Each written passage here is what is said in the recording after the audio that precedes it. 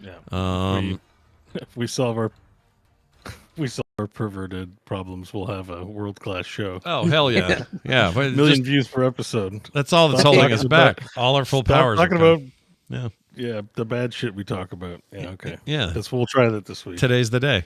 All right, here we go. I'm going to go ahead and start recording it. Thanks, everybody listening who's here live. We're kicking it off now in 3, 2... Oh, wrong tab. That's a whole other show. Here we go. 3, 2, 1. Core!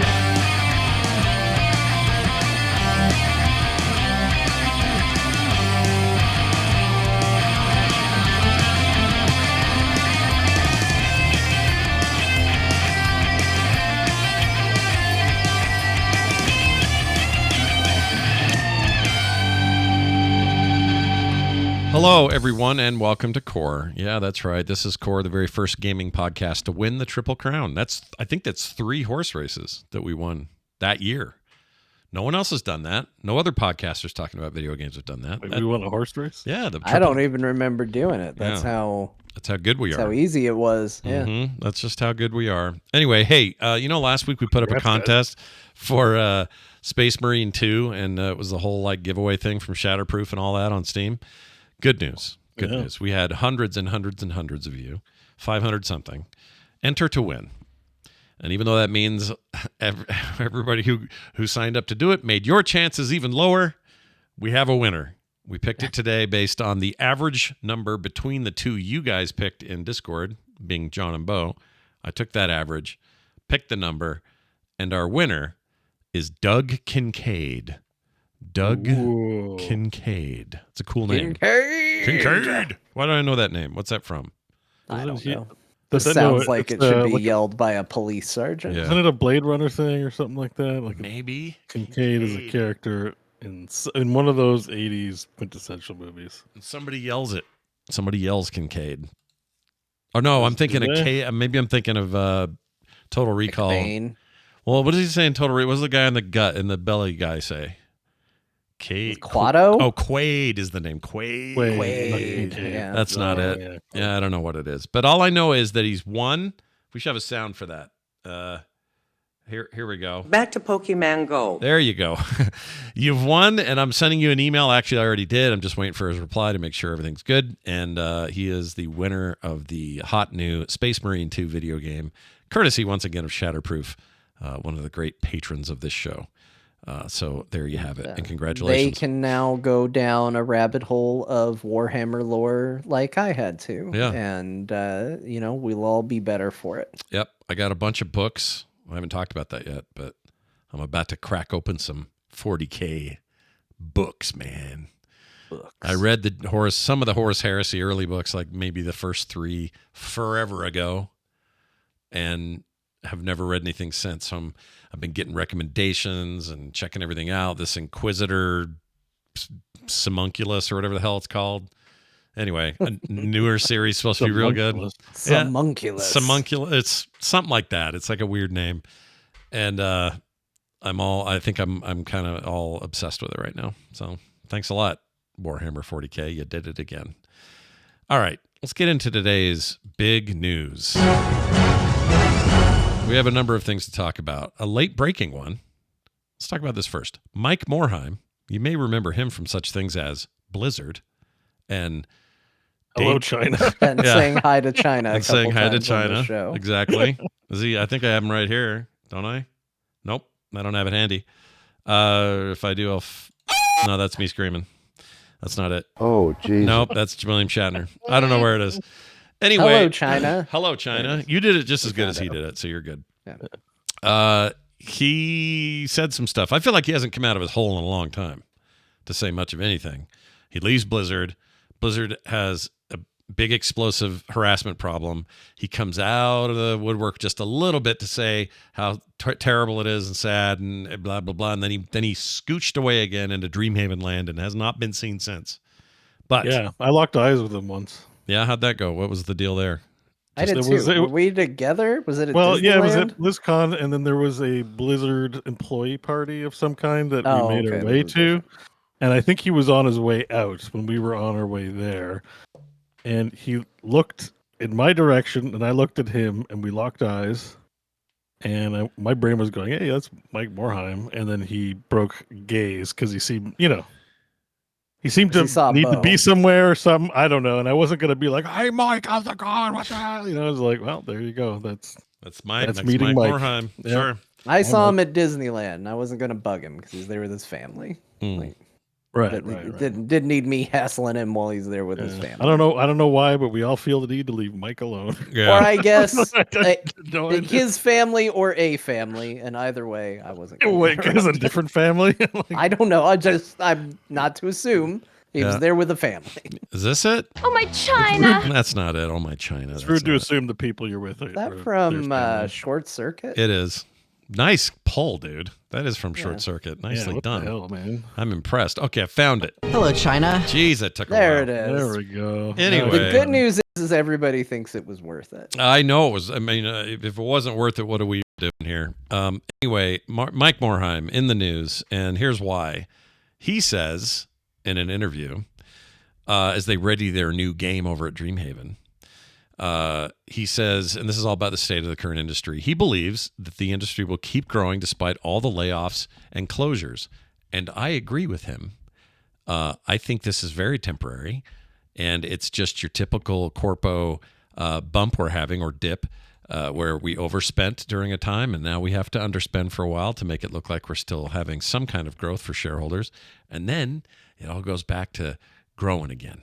We've been through this before. I agree with that. It depends on what what timeline you're looking at. Like, everything's going to have ebbs and flows.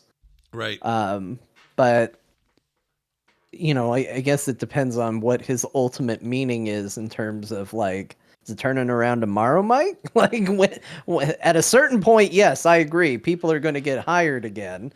I do think that there is kind of there's this micro and macro with talking about this. Yeah. And that's the hard part, is it's easy to go, here's the problems I see with the game industry. Here's why. Oh, here's the reason why they're doing it. They're just fixing this problem. They're fixing that problem. And if you are one of the people impacted trying to figure out how your family's going to survive, you really don't give a shit about any of that. Like, it's your world is crushed, and it kind of doesn't matter whether it turns around. Yeah. So it's one of those things where to acknowledge, like, yes, if you're impacted by this, or even on the other side, because you mentioned this, I think last week or whatever, with Carter trying to get into the industry. Oh, it's so like, it's not just a case of people losing their jobs. There's people wanting jobs that also can't get them. And so, for them, I think that this is it rings a little hollow when you hear about the big picture discussion. But ultimately, I do think eventually it gets figured out, although I still think we're on the verge of it getting a lot worse. I think this falls squarely into the AAA is not sustainable. I think we're going to see some big changes on the horizon. Here's what he says that would probably disagree with you, and I think I agree with you on that point. He says, I think, this is a quote taken from the interview, I think there was probably a bit of overinvestment that is being adjusted now. I agree with that. But I don't think that's an indication that there's anything wrong fundamentally with the business of games. I think it's still continuing to grow. I mean, a lot of this is just sort of surface stuff from an executive who's got billions, $1 billion in the bank or something close to that. He made a lot of money at Blizzard. And he's not in the same place as even a middle management guy or somebody who's in charge of a team or any of that. So as much as we do this all the time, right? We look at veterans of the industry as if they've got the answers. And I'm not so sure that's ever true. Certainly not all the answers. The truth of the matter is with Morheim is he had a company that did well, but needed money from other investors from day one. Like, it was never, Blizzard's never been Blizzard independently. It's always been Davidson and Associates, and then Vivendi, or whoever was before that, then Vivendi, then Activision, and now Microsoft. No, it's never been on their own. So he just happened to be there at a time of crazy growth, made a game that ended up being one of the biggest growth products in the history of games in MMOs.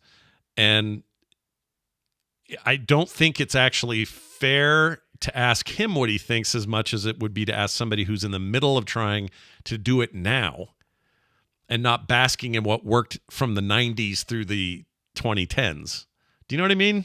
Like, yeah. Well, I mean, he's rode that train. He has seen it come and go, and again, he has experienced the ebb and flow. So easy for him to say like, "Oh yeah, it'll sort out." I do think that like we're in a weird place. We're talking about the Switch 2, which most people think needs to happen, but we're also starting to hear like, well, I mean, this week we're going to talk about the PlayStation 6.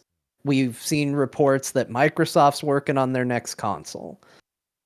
Like, we are starting to see the ramp up, and it's not going to be this year for Sony and Microsoft, but like we're starting to see the ramp up to what's next. And I don't know if I'm the only one feeling this, so I'm curious what you guys think, but to me, it kind of feels like this generation never really hit its proper stride. And yet we're already moving to the next one. For sure. Like there's definitely, I want to hear, obviously I want to hear Bo's take on this too, but I agree with that without hesitation. And I think it's impossible to look at the current generation, whatever that means anymore. But, you know, PlayStation, Xbox, PC generation even, and not go, well, the pandemic kind of messed with it in a bunch of ways. Some ways positively, or certainly in the short term, they made a lot of money. But in the long term, it meant shortages early on. So people couldn't even get the PlayStation they wanted for a very long time. There was a time where getting any new console was a pain in the butt. The OLED Switches were hard to get, and then they weren't hard to get again, and then they were hard to get again, and there were shortages in the computer business and the chip business, and all of that stuff got tangled during the pandemic. I think it's not that it's a wash, but we are going to look back on this and say 10 years and go, well, that was a weird one, wasn't it? That was a strange. Has it been 10 years? Well, no, it's only been.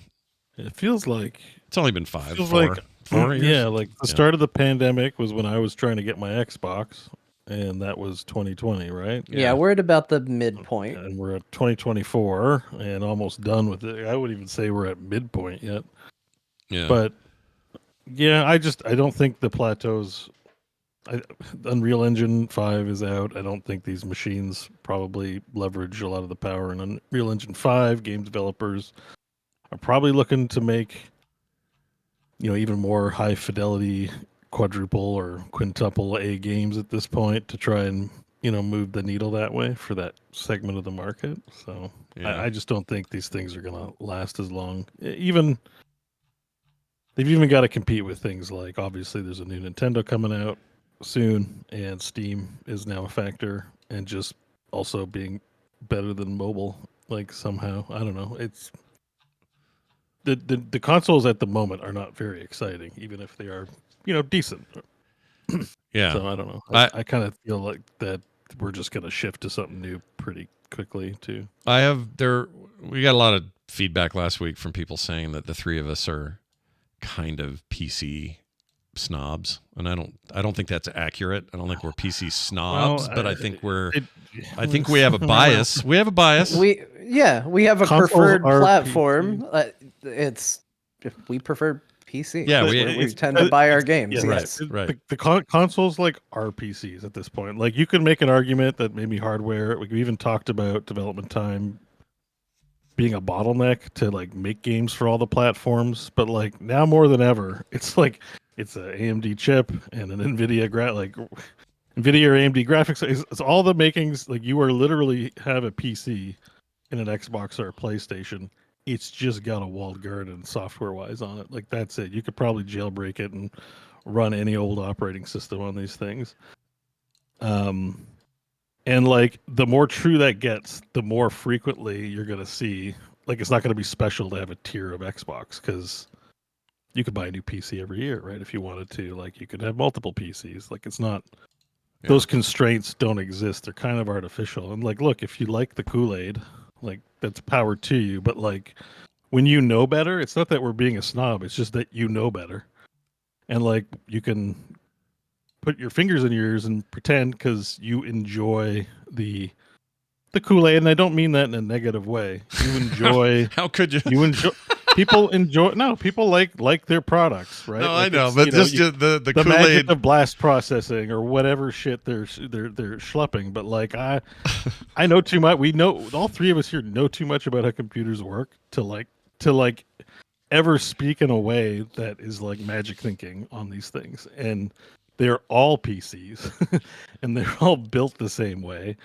And once you know it, you're always going to sound like a dick, like because you're taking the magic out of something. Like, Right. it's just like clearly my PC is better because I know what goes in all these machines, and I can um like it's immeasurable. It's not because I think it's better. It's because benchmarks were made and my parts perform better than what's in an Xbox. Like that's it. Like I'm sorry. I get it. All I'm saying is the reference to you like the Kool-Aid is always going to be taken negatively because of its source. It isn't like a thing that somebody went, "Oh yeah, Kool-Aid. I love Kool-Aid." That's Woo!" that's the PC market in a nutshell, right? There's like it's two segments. You have people who know how computers work, and then you have everyone else the tech sector tries to sell to by using magic thinking.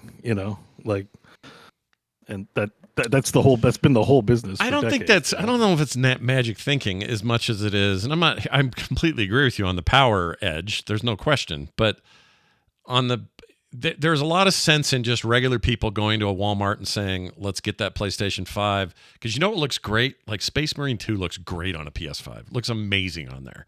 Like really, you don't really have to awesome. tinker. You don't have to download drivers. You don't have to go.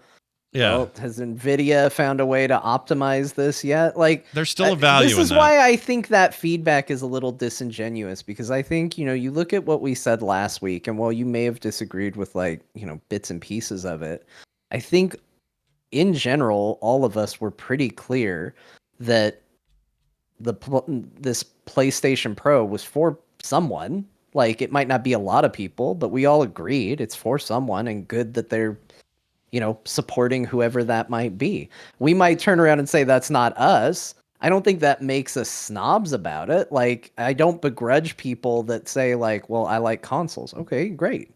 Like, I don't think console people are bad people for playing on consoles. You call it console people. Yeah. They're not bad people. They're just people, man. Yeah. Like it's fine. They can do whatever they want. But the reason I think it's disingenuous is because ultimately, like, people who leave that kind of feedback are looking for you to just confirm whatever bias they already have. Yeah. Anybody that's like, well, you guys are just PC snobs. Okay, well, what is it you want me to say? Like, everybody should go out and buy a PlayStation 5 Pro. It's for everybody. Yeah. Like, I think if you're being honest, if you're not lying, like, the answer is no, it's not for everybody. Okay, well, that's exactly what we said. Yeah. It cuts both ways, though. If we're saying like these are PCs and I'm a PC snob, then I by definition also like those things. Like, it's not that I hate them, it's just I know where they fit in the tier list. Like that's the extent of the snobbishness. It's like you get less power, but you've got a cool Xbox logo on the box. Cool. And it's a little easier. It's a little easier in general. Yeah, and you want to you want to be on your couch and you want to fire it up and you want to be able to watch Netflix after you play 3 hours of Space Marine or whatever. They still remain great for those things. But I can't remember what game it was. I was playing a game this week, one of them, and it was playing like shit on my PC. And I was sitting there going, I have too strong of a PC for this game to play this poorly. And it was one little setting in there that I had missed, that the game for whatever reason had automatically put on. I flipped it and the game ran perfect. Some people don't want to do that. And I don't blame people for not wanting to do that. Yeah. But I spent a lot of money to have the freedom to do that. And I'm willing to do that, as annoying as it is sometimes. So I'm happy for where my lot is. But I'm not going to begrudge somebody who goes, you know what? I don't want to have to find the one setting I need to tweak to get the game to work. I want to put the game in. I want it to run. And I want it to look all right. Because guess what? These games do look pretty good.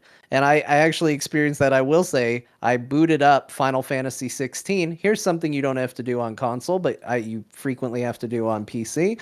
I booted up Final Fantasy 16 so I could create whatever files need to be in the folder so that I can run the NVIDIA optimization on it, because there's so many settings now that it's easier for NVIDIA to tell me what to set things to than for me to mess with it constantly.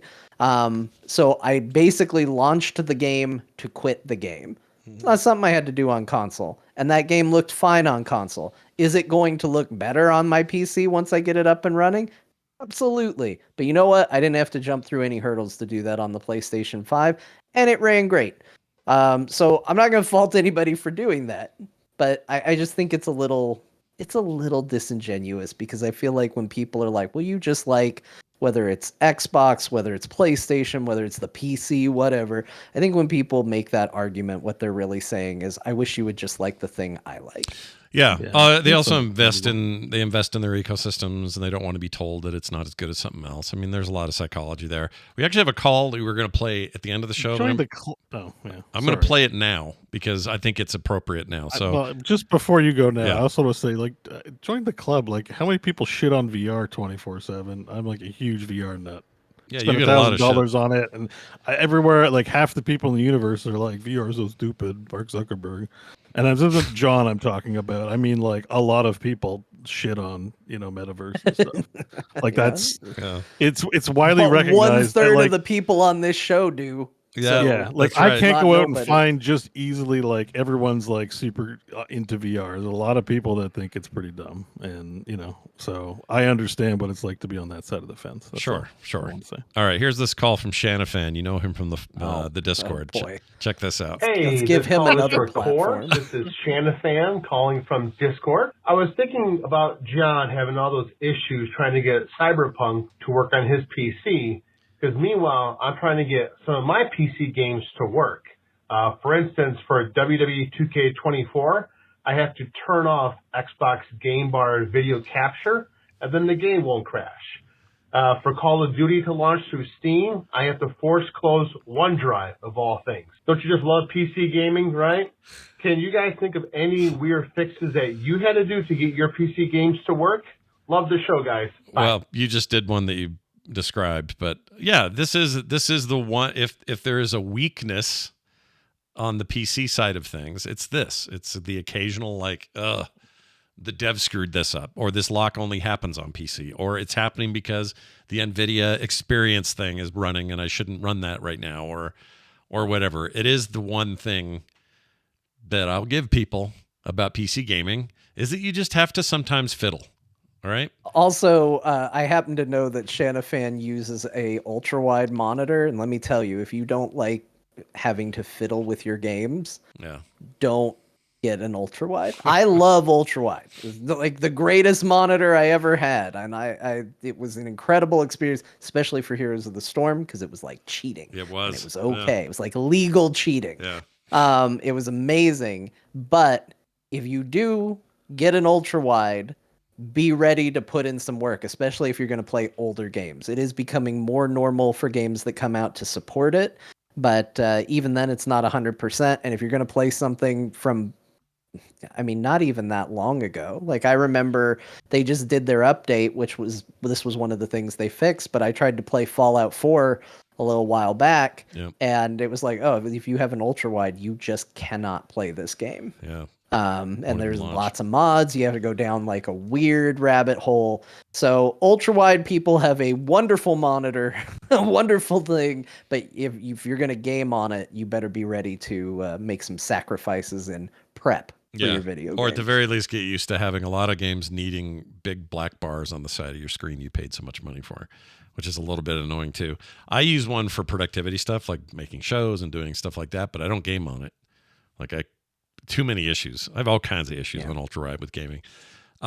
Anyway, to his point though, PCs are a pain in the ass sometimes, but it's worth it most of the time. And honestly, these days it's way less than it used to be. Like, it's easy to forget what it used to be like to try to game on a PC. Like back in the Quake days, the freaking hoops we'd have to jump through to get memory managers to work and mice to work and all that mess. Sound cards, like what IRQ? The sound cards were the worst. Oh my God.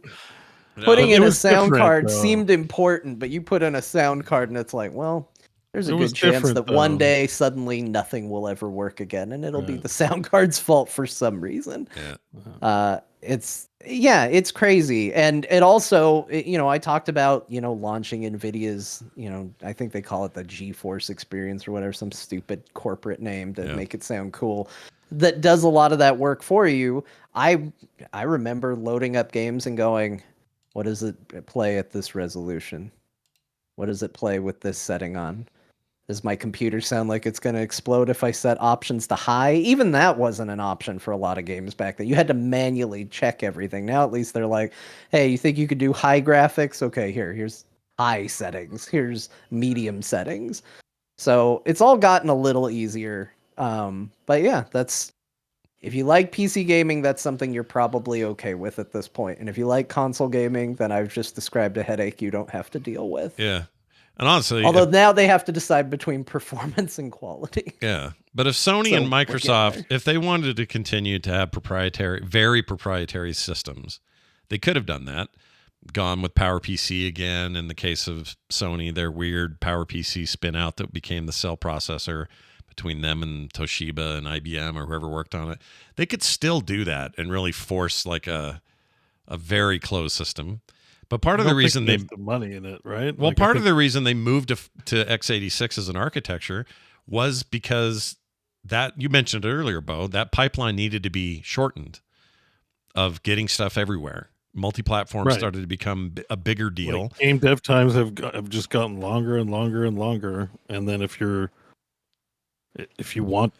as a game company, you want to have it on every platform possible, right?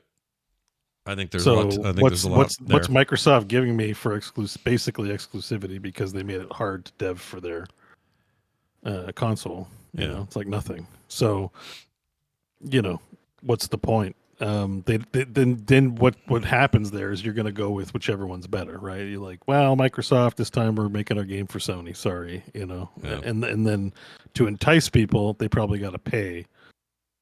Oh, Square Enix, please make your game for us. Here's billions of dollars. What would happen from friends in the industry would tell me this back in the day, but like PS3 360 era and prior to that, but that's a real good example that during that time, people would say, well, you got to mainline one console and then your ports happen to PC or the other way around. It could be mainline PC, but then port to these consoles. So what happened in that generation, because the 360 had an edge for most of that run. The 360 was the main line. That was the one they devved for to start with, and then the work to port somewhere else became what you would do after. And that's why oftentimes you'd be like, why does Call of Duty 4 look so janky on a PS3, at least before some patches and stuff? Right. Well, it's because it's not the one it's not the first console they're building for. They're building for the most audience, and then you go from there. And the same thing happens in Sony's favor during those generations where they led. PS2, for example, that was the lead console. So everything else, GameCube and OG Xbox, they got second fiddle and would suffer as a result. So it's just that same old thing. Well, now that barrier is mostly removed. There's a few tweaks here and there. For the most part, though, these are both the same architectures. They both happen to use AMD, CPU, and GPU. It's much easier than it's ever been. And these games are kind of hard to tell the difference. Like, there isn't a lot of, I always wonder, is there any business anymore in comparing the two? I know there's still YouTube channels that do it, and there's some cases where you can see a difference. But for the most part, it's like they're kind of dead to rights the same. So now they just compare them to PCs.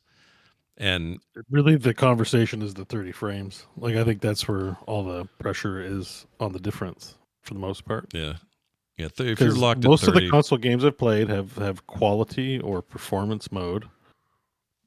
And performance, you get less graphics, and maybe you get 60 frames. Like Final Fantasy Rebirth was a good example. It either there was tons of popping, but I got 60 frames, or there was still tons of popping, but everything looked sharper, and fighting was bad because fighting's so like twitchy in that game that it just made it really laggy to do like deflect inputs and stuff. And it's like, okay, well, you have to play on performance mode. Yeah. It clearly struggles. Like maybe people's level of acceptability is different, but like that's a good example of a game that struggles on the PS5. Like in my opinion. Yeah. Well, and kind of bringing it back, that's the prime example of why what I'm saying is I feel like if you say we're roughly at estimated halfway through the console generation for these consoles, I feel like maybe I'm wrong because I don't have a great memory for dates and stuff, but it feels like we're hitting this weird stride where like consoles aren't playing the games at the optimum level at this stage, and it feels like we should be hitting that level where it's like everything is hitting so hard. Like I feel like the Xbox 360 had this part where at the start it's like, man, can this console even run? What's going on? Like you'd hear people talking about playing that original King Kong game and they're like, oh, it gets framey, it's a little weird. Yeah. But then they hit this stride in the middle of the console and you're like, oh my gosh, look at the games that are coming out and they look so good and they play so good and they're just churning out these amazing looking and playing games. And it felt like for a lot of those generations, it was getting near the end of the generation and you were going like, well, this is already amazing. It can only go up from here. And it feels like this time around, the sentiment is things aren't playing good. I hope we get a new console so stuff can play better. And that's weird to me. That's a weird change. Definitely feel that sense. I don't know how far and wide it's felt, if the general consuming audience feels it the way we feel it or not within our circles and how we communicate and who we talk to. So it's possible we have, a little bias on that side of things, but I agree Here's with a little you. bias I do have is that like when it comes to like indie games that will run amazing on consoles, I'm playing them on my PC and I'm only going to the console to play the exclusive or the thing that it seems like it was built for. So it's not like I think if you were to play a lot of stuff on Game Pass, they would all run amazing, right? Like a lot of 2D games and stuff. But like I never go there for that. So my impression is deeply flavored by the exclusives that I go to, the console for. Or there was a period of time where I was playing Xbox because it was just more fun to sit. I played Cyberpunk originally on Xbox. Yeah. It's way better on PC, but something about sitting with the controller just made sense at the time for me. Sure. And it was a lesser experience, but we're talking about games that are at the high end. Like something's got to give. Those machines are not expensive. Like it's not even a matter of being snobby. Is people balked at the price of the PlayStation, and it's like, well, for better or worse, you got to pay for quality on the like every console can't be $50 and have the best graphics. Like where's the money coming from to manufacture these things? Like well, since we talked last week, I don't think we talked about it last week. I don't think anyway, but there was somebody did a breakdown, The Verge or somebody took part for part what essentially is a PlayStation 5 Pro and then recreated it with PC parts and came out a little higher priced by the time it was done.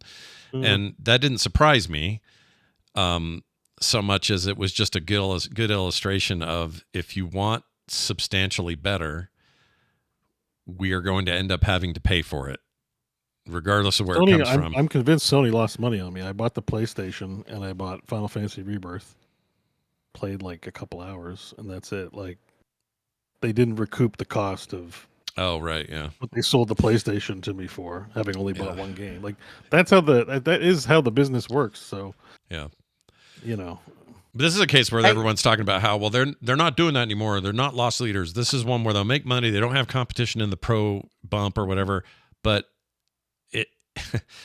this comparison to the PC build tells me that they're still right on. Those margins are razor thin. They're not making. Yeah, huge I don't money. think it's insanely overpriced. I mean, they probably have deals like what they are going to pay is going to be significantly less than what we would pay, but I think it's probably pretty close. I actually I know this isn't the popular take because even Sony fanboys are like, "Oh, it's so ridiculous." But my issue isn't the $700 price. My issue is more the philosophy that you are buying a mid-tier upgrade to get the current gen games to run the way they should be running out the gate. Yeah, sure. I don't care if if they're charging you $400, $700, $1,200. That to me is that's a talking point. I think it kind of sucks that they're putting out games for this console, for this generation of console, that runs in such a way that their audience is like, well, I should buy an upgrade. Yeah. Like, I don't think that that's right. I don't think that's the way it should work. I think if you're going to say this is the architecture of a PlayStation 5, then I think the games that come out on it should run really good on the PlayStation 5. Yeah. That's it. And it's, But by the way, it'll still be where they're going to spend the most time, because where's their install base? It's still the basic one, not the new one. So those people who are buying, that's my biggest complaint about this new one. Isn't the price, isn't anything else. It's that when you're talking about a closed system like this, and you've already sold whatever the number is, 30 million of these things, and now you might sell another, let's even say you sell 500,000 pros. I don't even think they're going to do that, but let's say they do. That means what? It means they're still going to develop for the baseline more than they are for these newer ones. They're not going to go any further, really, than what you're getting with the 5. And you may say, well, no, that's where their AI comes in, and the frame smoothing and all that stuff. Maybe. We have yet to be proven on that. I don't know if your existing games are going to benefit that much. But let's say they do that. Great. That's definitely a step up. But we've already seen this. The Pro PS4 and the Pro, or whatever they called the Xbox One, those were these weird stepping stones that didn't really change the needle. It didn't move the needle. It just made everybody go, oh, well, they're not really maximizing this because they still got to develop for the install base. Of course they do. The install base is the biggest part. That's who you want to make happy. So, well, and to what I'm saying, like, I feel like that's maybe the biggest issue isn't even on Sony. I think maybe the biggest issue is that it doesn't feel like people are developing for the platform that exists. It feels like they're developing for the platform they wish they had. yeah, there's a bit of that. Well, yeah, because I think also some of it's just, and these are the console developers being a little bit of the victim of the way the market works and the timing, because I don't think they're not just like having their choice of chips. Like, they've got to secure contracts to produce these in the millions, and they're generally not going to get those contracts using bleeding edge stuff like the prosumer stuff we get for PC, right? Right. So they'll never be as good as PC. And the thing is, PC is more mainstream than it was like in the 90s, right? And if you had a computer, it was like it's for email. And like, oh no, you're a gamer. Oh well, it's for these weird nerdy games that you'll never play on PC. Like it was such a segregated category, I feel like. So different now. Gaming experiences. Yeah. Now they're 1-to-1. So the thing is, it's kind of like if you're into the PC gaming space, and a lot of people are, and it hits mainstream news as hard as console news does, you're always going to be like that, like a theory of relativity, where you're traveling at the speed of light, looking at people outside that travel in the console world, going like, man, they're moving so slow, because they can only move at the speed at the contracts that they're able to secure to produce machines at the scale that they can. And they used to be able to beat it. They used to be able to start strong, right? So you'd see something like a PlayStation 2 around then that would come out. And by every measurable thing, it was outperforming PCs that were currently people would consider gaming PCs. Yeah. And then something would happen about mid-cycle, PCs would overtake it. And you kind of got used to that. That cycle would happen a lot. Even in the 16-bit era, I remember this happening. But and now there's not now. It's way now there's new parts every month. I mean, you technically can make a new pro version of your own computer like all the time. There's a new NVIDIA card every year. There's faster SSDs all the time, like in a cycle. Like, by the time the PlayStation 5 and the Xbox Series X and S launched in 2020, they were already behind that, and that's new. Maybe even new ever. I can't remember on PS4, and I don't. They should just become system integrators. Like Xbox should be like, here's a box, and every year we have a new catalog of parts, and order it. So isn't that how Mac works? Like every year there's a new laptop. Like, yeah, you can go PC and build your own, or you can just buy. The Mac's just gonna work. It's like, we could have this world with our devices, maybe even give them an upgrade path or two for hard disks and stuff, but rather than every 5 years we have a refresh, it's like, no, we're going to do incremental design increases, like new boxes, and people like it's a TV room thing, so make it look cool. Like, you know, we like our cool RGB battle stations. Why not do that for your console? Like, they're never going to do that though, because the Microsoft has already decided that the future isn't iterated hardware. That's what I mean. It's like a bunch of schmucks are deciding things. So there was a comment earlier. I don't remember what it was, but I've seen this in my personal life. It's like you should just have a PC in your TV room, and we should have the user interface for it. Like, I've gotten a lot of pushback for the longest time in my 30s.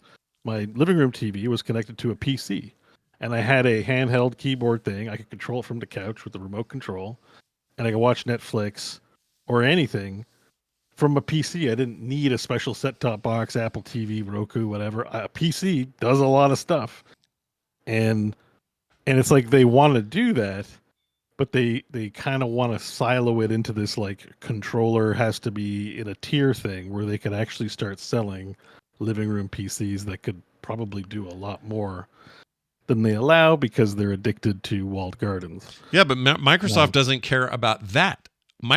They seem not to. They seem to be moving in that direction. What I'm saying is they're not moving in any hardware direction. They're moving in the direction of, we don't care where you play our shit. We just want you to pay me every month for it. That's their thing. And I don't think that's going to change anytime soon. The reason they don't have a mid thing bump is A, they're behind, and B, it didn't work last time. Right. It wasn't a big deal. Hardware. Yeah. So I don't know if there's a future where Sony's the only one left, and I guess, you know, Nintendo always gets left out of this conversation and shouldn't be, because they're a huge factor, but they're such a weird factor.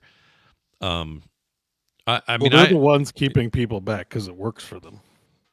Well, like, sure. Nintendo has a big client base, and you know, and it's not like, I'm not saying it like a bad thing. It has a bunch of people who really the beloved properties and like having the consoles and the, you know, the cutesy shtick that they do and whatever. But like, I don't think that works to the same extent for PlayStation and Xbox. So they kind of, like, if Nintendo just stops existing anymore, you'll probably see more evolution in the business.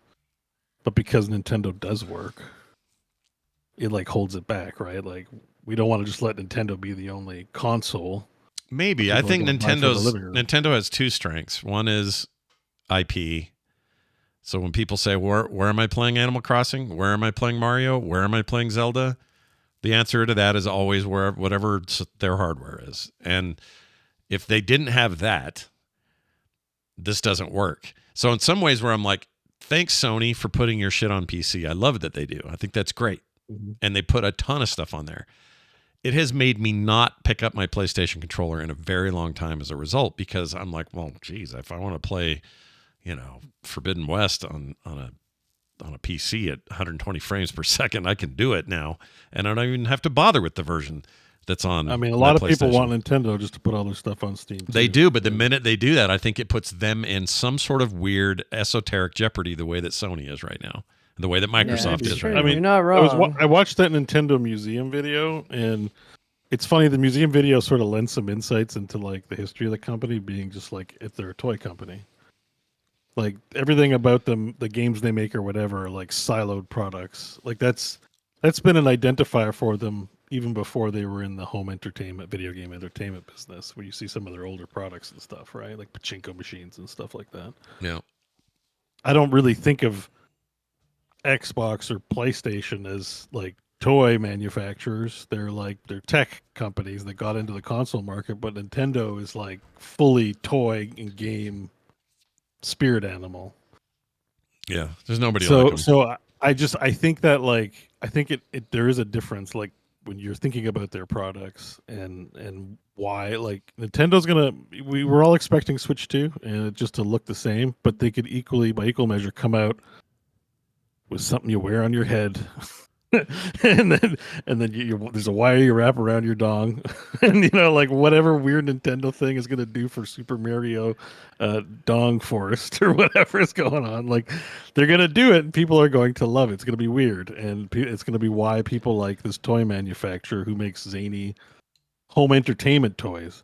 That's never been Sony or Xbox's like MO. They Yeah. make like cutting edge video games and things that look cool in your living room. That's what makes me think Nintendo in the end may have had all the right ideas, because they're in no danger. I mean, I guess I wouldn't have said this during the Wii U era, which is a total crapshoot for them, but right now, and what appears to be on the headline, by the way, this one of our other stories here is a Nintendo Switch leak happened for the 2. It's not confirmed entirely yet, but there's enough here to like kind of scratch your chin and go maybe, without getting into what or why it leaked or what leaked. But there's a bunch of images that got leaked, some 3D renders. It looks like they're sticking very close to what what made the Switch 1 work well. We're talking about a rumored $500 launch. We're talking about 12 gigs of RAM, 250 gigs of internal storage. And here's what we're looking at on the chip. Where is it? It is the new NVIDIA thing. Anyway, the bottom line is it will be PS4, Xbox One era level of performance. That means 1080p. That means, potentially 60 frames. It means like they always do. They're about a generation behind, console speaking anyway, for what their thing is capable of docked. Undocked, it might get better because you have a lower resolution and you can do it faster. Bigger screen, some kind of AI-based frame interpolation thing like DLSS, that sort of thing will be in there. And then backwards compatibility supposedly is a huge thing moving forward, where they want to have your Switch library, digital or otherwise, work great on the new one. Again, these are all leaks, so we don't know. But there's one good thing about what Steam did is like Steam will annihilate them in the long run. Yeah. Like, I don't know if people in Nintendo were like, we can be a small business and still just do our thing and be sustainable, like No Man's, like Hello Games, or, I mean, to me, I don't know if that's on the table for the, Nintendo. Like Sony and Xbox always seems like we're going to lay people off. We need to make shareholders money. This needs to be incredible. It needs to be the hottest thing. I'm not sure if I get that vibe necessarily from Nintendo, where they're, they're willing to bleed market share in order to, adhere to their principles about some of this stuff. Yeah. So, but it would seem to me, yes, like now that not just only Steam, but there's the Asus Rogue Ally, where I'm assuming you can access all your Steam library on that thing too. They're probably going to need to just respond if they want to compete in that marketplace in that way. Yeah. I'm curious to see how it'll all play out. PS6 also in the news. They're going with AMD again. That did get leaked. So the big stinker around it was there's all these headlines saying Intel lost a chance to work with PlayStation again. It's not really how it went. Intel has kind of a problem. They have CPUs, but really not a lot happening on the GPU side. You could do Intel on CPU side and then NVIDIA or something for your standardized GPU on your next console. But they are sticking with what I would stick with if I were them, which has already worked for them for multiple years and multiple generations, and that is AMD, who covers both sides of that. The chip you want and the GPU you want. And even though it's the same problem Bo was just talking about, you're going to contract a baseline thing that will very quickly be underpowered, potentially in the future. They went with AMD, so Intel's still not in the console market at all. It's not surprising. No. Like, again, going back to, they probably get a much better deal if they say, hey, we're going to contract you to do our processor and our GPUs, and we need it on this scale. It's probably a lot easier. They just signed a $3.5 billion deal with U.S. military anyway, so it's not like AMD did. It's not like they're not doing it. Intel, yeah. Intel's fine. It's not like Intel's problem is they've got some major fabrication stuff they've invested in, and they don't have the orders to do it. That's their biggest problem right now. They're investing for the future, and to do that kind of... Also taking a hit recently. I can't imagine what's going on with the 13th and the 14th gen being... There's some reputational damage with them melting their chips. Yeah, slowly. I'm glad I bought 12th gen. It's like I dodged a bullet. I got the exact right generation. I don't even know what I've got. I should probably check. How do you know? Well, I mean, I bought mine and assembled it, and then on my Twitch page because people want to ask, what build do you have? So I put all my specs there, so I constantly have a reminder of what's there. Yeah, but there's probably a site or something I can go to on the Windows box and just do I mean, you can go to system. It probably will tell you if you go to set it, like your control. Are you on Windows 11? I don't know how 11 works, but system panel, right? Like probably has some hardware report. Or- Let's see. I can actually get in there real quick. I want to see. I want to look. I want to know. Because for all I know, because the way that thing works is it's a very slow degradation of your CPU. It slowly burns out transistors over time because of a power management problem. And it's across those chips. And they've done kind of a piss poor job managing it, both messaging and how to fix it. Because there is no fix. You're literally ruining a chip slowly and over time. Yeah, it'll tell you. Just like right-click your start button, look for system. It says here, like processor, 12th gen Intel Core, i7, 12700K at 3.6 gigahertz, 64 gigs of RAM, baby. Oh, that's another thing. Lots of RAM is great. RAM is good. You want to make out with your RAM. Don't even need to use it, but I will never run out of RAM. I like having more like RAM. Some program doesn't release RAM properly, I like more RAM than I need. I love to just know that it's there. And I know not everybody can do that, but if like you give me the option and it says, 16 or 32 or 32 and a 64, and you're like, well, I'm getting the big one. Even if I never touch it, I'm getting. Yeah, no, the thing you hear is like, well, some apps don't use more than 4 at a time, and it's just overkill for what you'll need. Trust me, if you're doing video editing, music editing, any kind of rendering, art, I'm sure your Photoshop stuff has if you're processing Gaussian blurs or something, like you want that shit to be zippy, and having a big pool to dump all that in is just fantastic. I actually wanted 128, but settled for 64. I have 13th gen, which means. Well, there's an update. I don't know if it requires like the firmware access or going into your BIOS to fix it. I'd look into it. I should look into it. If it's possible, your Windows 11 has updated it kindly for you. Yeah, I wonder. There's a BIOS update. Okay, it's a BIOS update on the board. I guess. I assume it'd have to be for the board. Do you have like? Does your motherboard have come with like software? Because sometimes I know my Asus board had like software that comes pre. I mean, you boot into it and I can mouse around and do shit. Yeah. So like it'll help you with that stuff. I have an Aorus Elite software package here, and it's lets me install and do things on the firmware side of things. Yeah, but yeah, I would definitely look into it because I don't know if it's a 100%. I don't know what the rate is or specifically what gets there, but there's something in there. There's like errant code that causes it to burn. I believe like pins basically. So I could run a launch version of what was that Amazon MMO? That's still a thing. They got a thing coming out. What's it called? Oh yeah, New World. If you have a Doghouse system, email Doghouse. They'll help you. Well, I can do that, but yeah. But I want to find a game that's just hardcore bad. That people talk about melting their GPUs and stuff. Maybe that would tell me. Yeah. Let's go ahead and ruin it. There was first. that one game that actually melted GPUs. I can't remember what the game. Yeah, it was the Amazon MMO, right? The thing. What's it called? New World. It was New World. New World. Eternum. Yeah, New World. Yeah. I think they're in better shape now. That game. That's also something you can probably avoid with a console. You won't get crowd struck.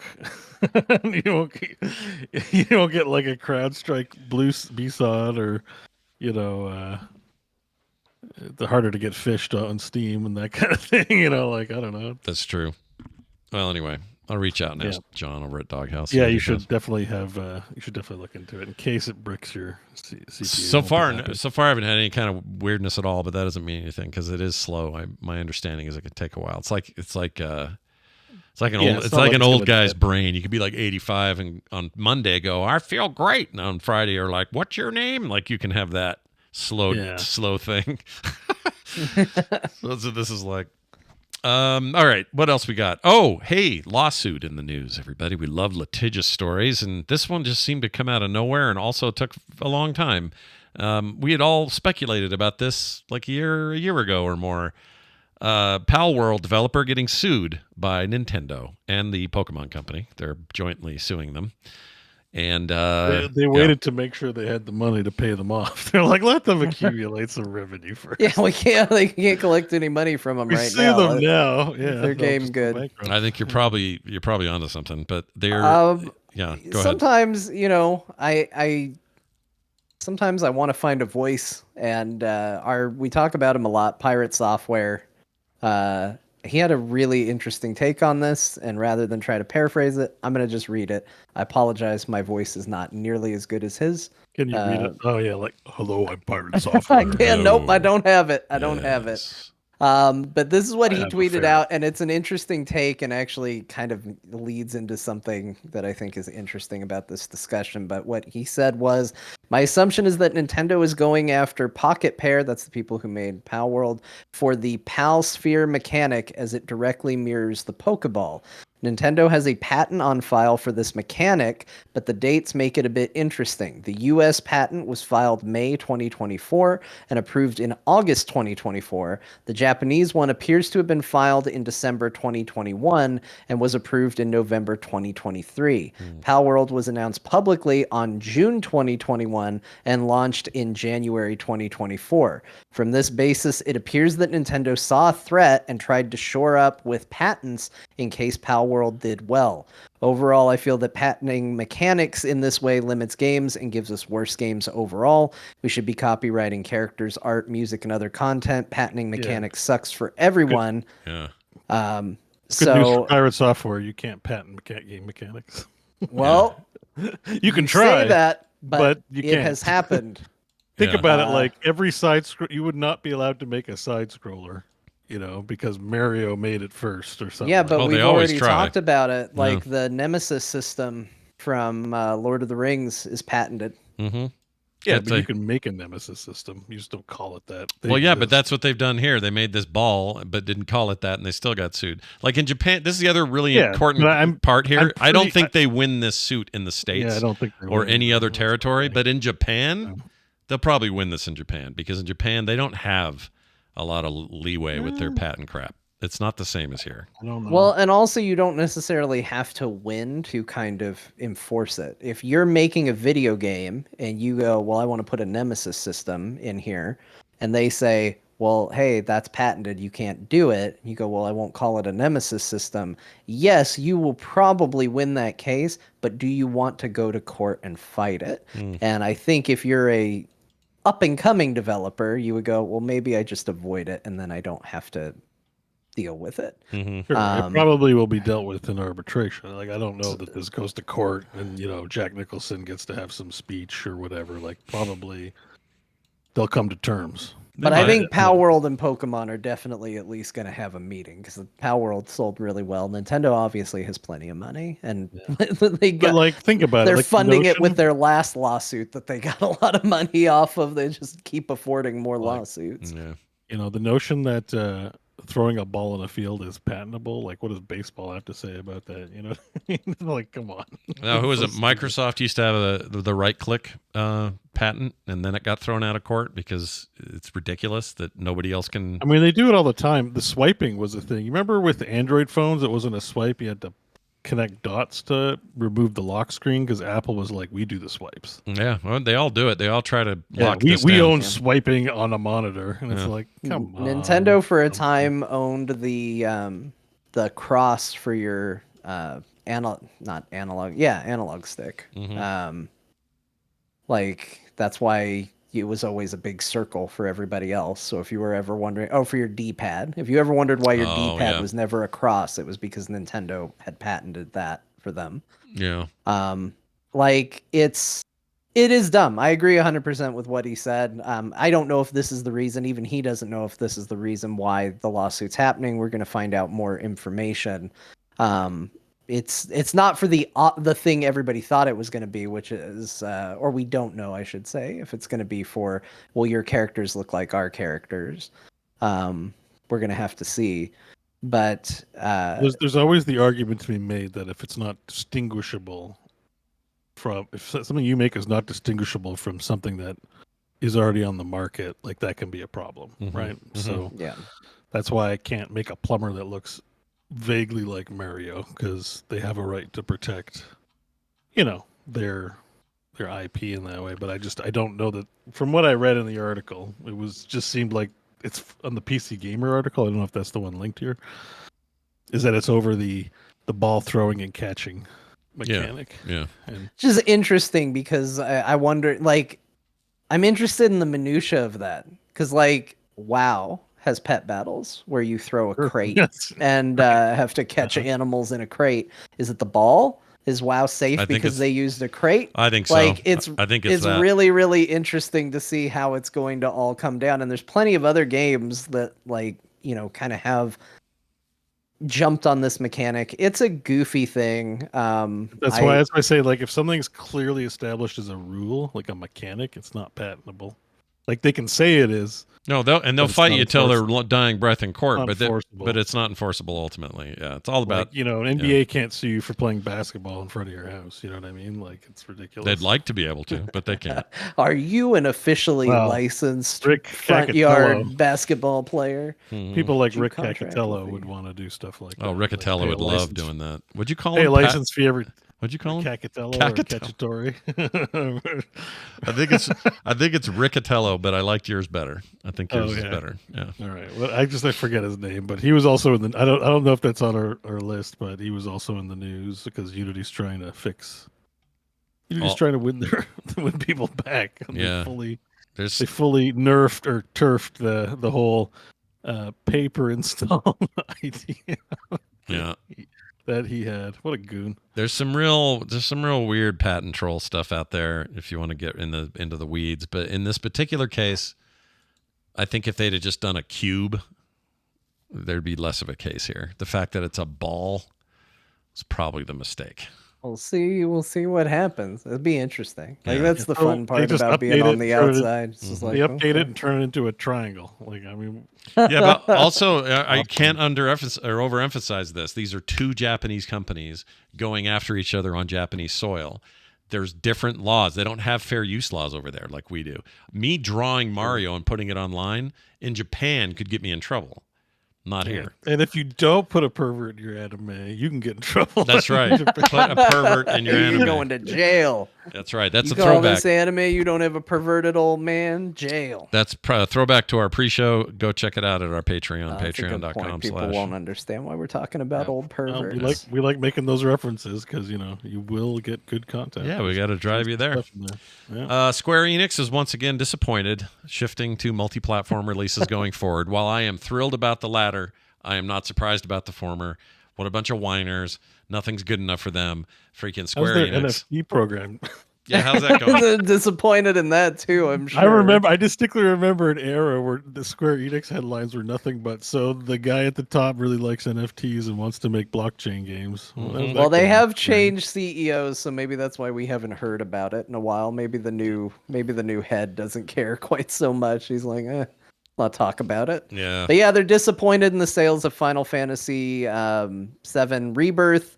They're disappointed in the sales of Final Fantasy 16. They said that in both cases, cost of development and the extended time on development, and then obviously releasing on only one console, led to much higher than anticipated costs. And they didn't meet them. So now they're going multi-platform going forward. Here's Crazy. an idea. Maybe Final Fantasy 7 didn't need to be three games. Well, weird, right? Yeah, that maybe part it could have been a game. Yeah, you know? to me, it's like the StarCraft 3 parts thing, which I think worked out okay in retrospect. But I still think that was more about more money longer term. I wish I could peer into the alternate reality where StarCraft 2 was a single box product. Yeah, just to see what the future looks like. Are we in the same place now that we would have been then if it hadn't been elongated and drawn out? And I love StarCraft 2, but it was very long and drawn out, though. I can't say for sure, obviously, but I would love to just be. It's one of those cases where you just wish you could look into the alternate reality and go, if they had just released one product, how would we be Like- feeling about RTSs? Would we be looking at StarCraft 3 at this point? Yeah. Because you got to think, they working on that game over a longer period of time. Would they have gone, okay, well, we put out StarCraft 2. Let's start making StarCraft 3 right now. Yeah. I'm just curious where that would be. Also, if they would have just put 16, back to Square Enix, if they just put 16 out on PC and Xbox the day they did all of them, you would sell more of those other versions. Like the 16's now out on PC. Great, wonderful. We're a year later, though. People care less now. There's some that care a lot, right. and that's great. But you would have sold more PC copies of that game that day had you done that. So, yeah, of course you're going to go multi-platform. Like, I don't even agree with their numbers being bad. Some of their numbers are like, whoa, those are really good numbers, but they don't care. It's like, No, That's because true. Yeah. they project high, and then projects take longer than anticipated, and they go, oh well, it's got to do even better now. Like they are the absolute kings of like whoever does their projections. It's been this way for years. yeah, it's not Needs new. to rethink it because they have been off base constantly, and games that do totally acceptably are constantly being told, well, we're disappointed again. We're disappointed again.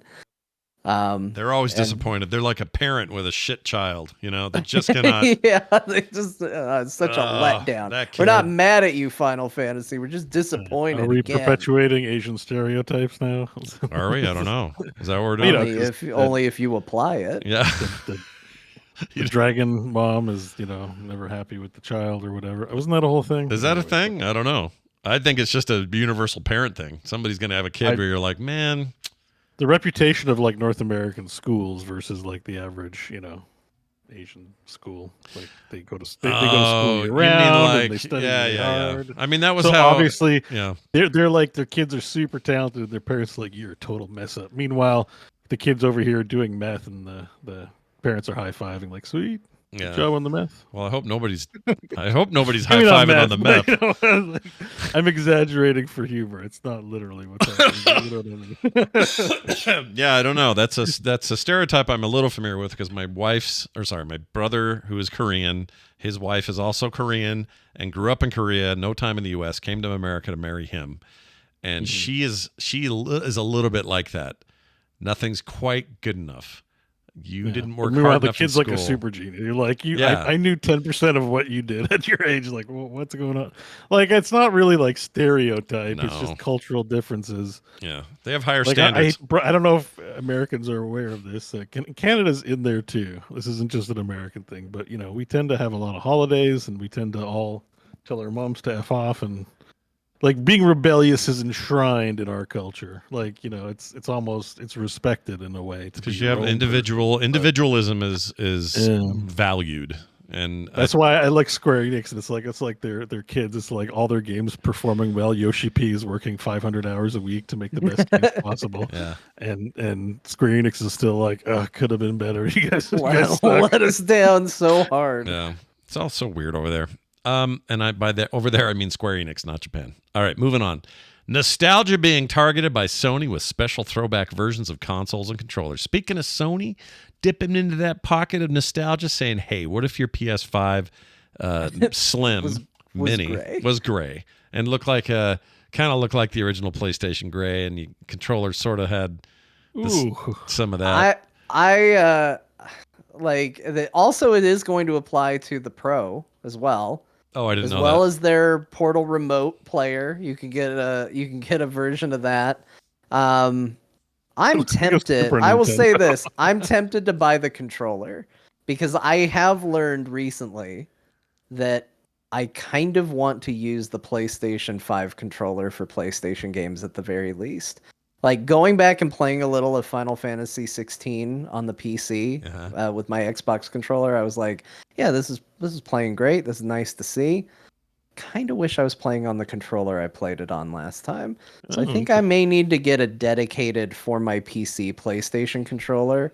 And why not take a nostalgia trip for it? I feel like that's a decent reason to do this. As much as I'm kind of like, I'm not really into these ideas. Oh, no, that's not true. Like do you remember the SP GBA that looked like an NES?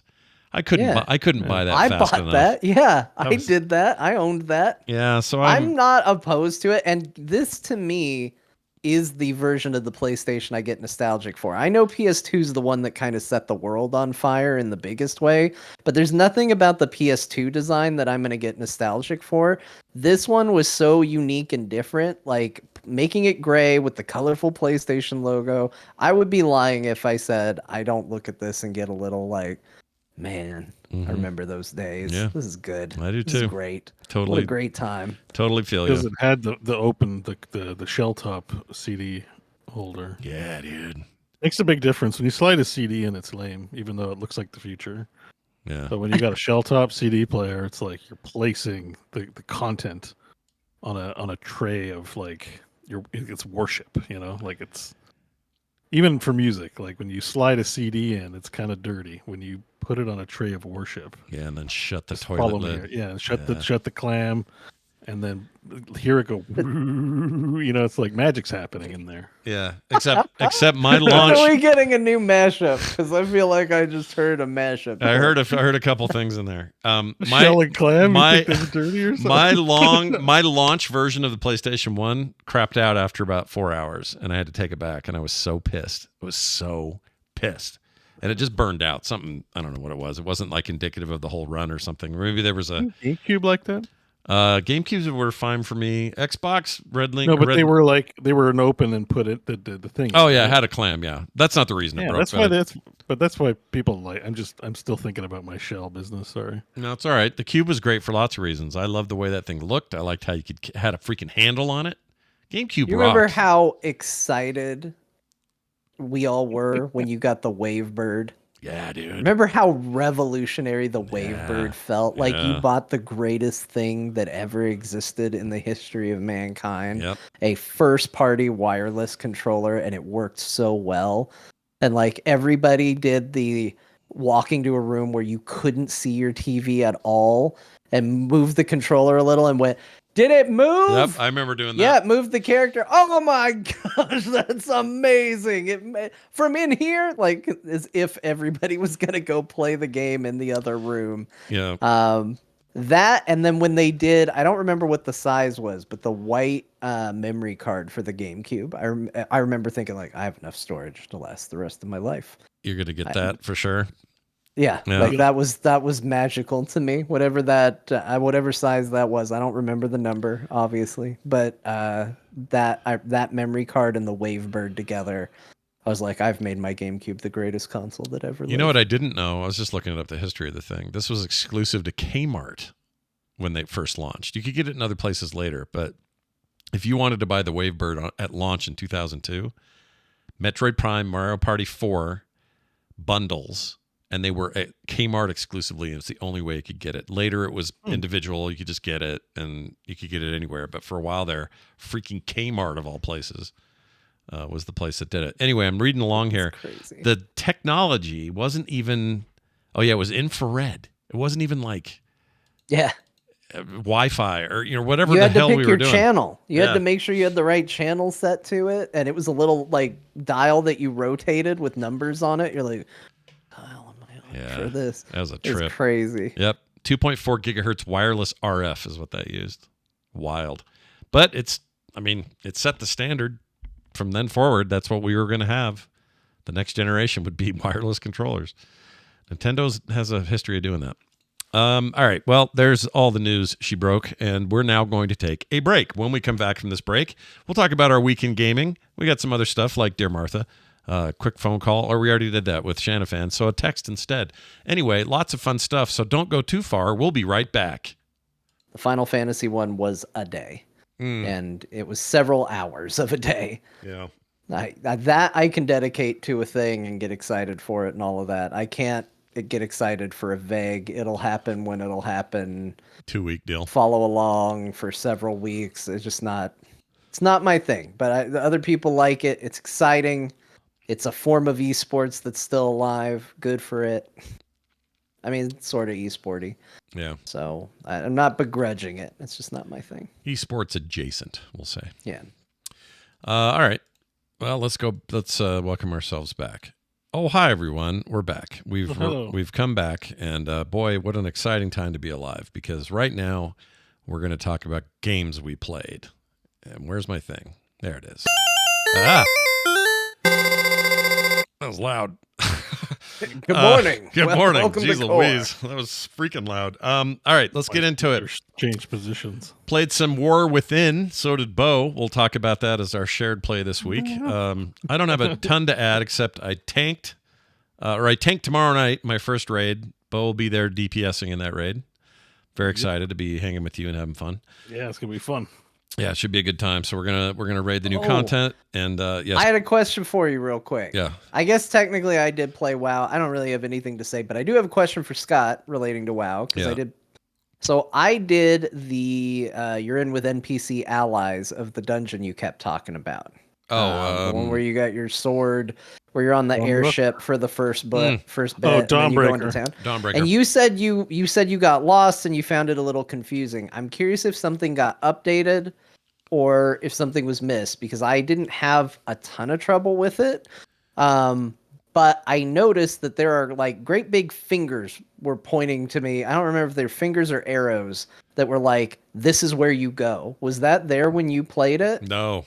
You have a mod installed or something or anything like that? No, I'm playing zero mods with WoW because I don't. You don't like you should them. have to mod an MMO anymore. Yeah. And so there was just there's a big thing like an arrow being like, go here, land on this ship now, land in this part of town. No. And I was like, oh, I just go where this thing tells me to go. And then there was a time where my NPC friends just effed off and went and did something else. I was like, where are they going? Yeah. Didn't they see the arrow? And like I followed them and I got a little lost then because I was like, I don't know what they're doing. Well, and it's the phase of the fight where you you fought the boss that has the big blue explosion and you fly off and then fly back, fly off and fly back. But then when it's time to go down to the ground, the thing that I kept running into, especially with games with humans, was when I'd hit map, it would show me boss locations and stuff, but the dots I usually get for my co-players, this may have been patched. They weren't there, so I couldn't tell anyone where anybody went. Oh, that's weird. Yeah, and so that may have been my biggest beef was that issue. Well, and I didn't have to worry about that because I wasn't with real people. They would go where I would go, so I was like, okay, well that alleviates one thing. But yeah, I was just curious if they had those arrows for you, or if that was something that got patched in. Because I was like, that's really nice. That's really convenient because I completely understand how it would have happened because they really do. It's just like, here's this section of the map where you explore. Go. Yeah. You're like, okay. And it wasn't until I realized like, oh, they're putting a very clear indicator on top of things and places. That's where I should set my focus to and go there. I do think the stuff they do on the ship itself is awesome. I really like the whole concept of the zone or of the dungeon is actually great. I just think there was a lack of, I don't need everything pointed out to me, but this one just was like, bleh. Yeah. Good luck. And I'm the tank. And I'm like, shit, these people are going to die.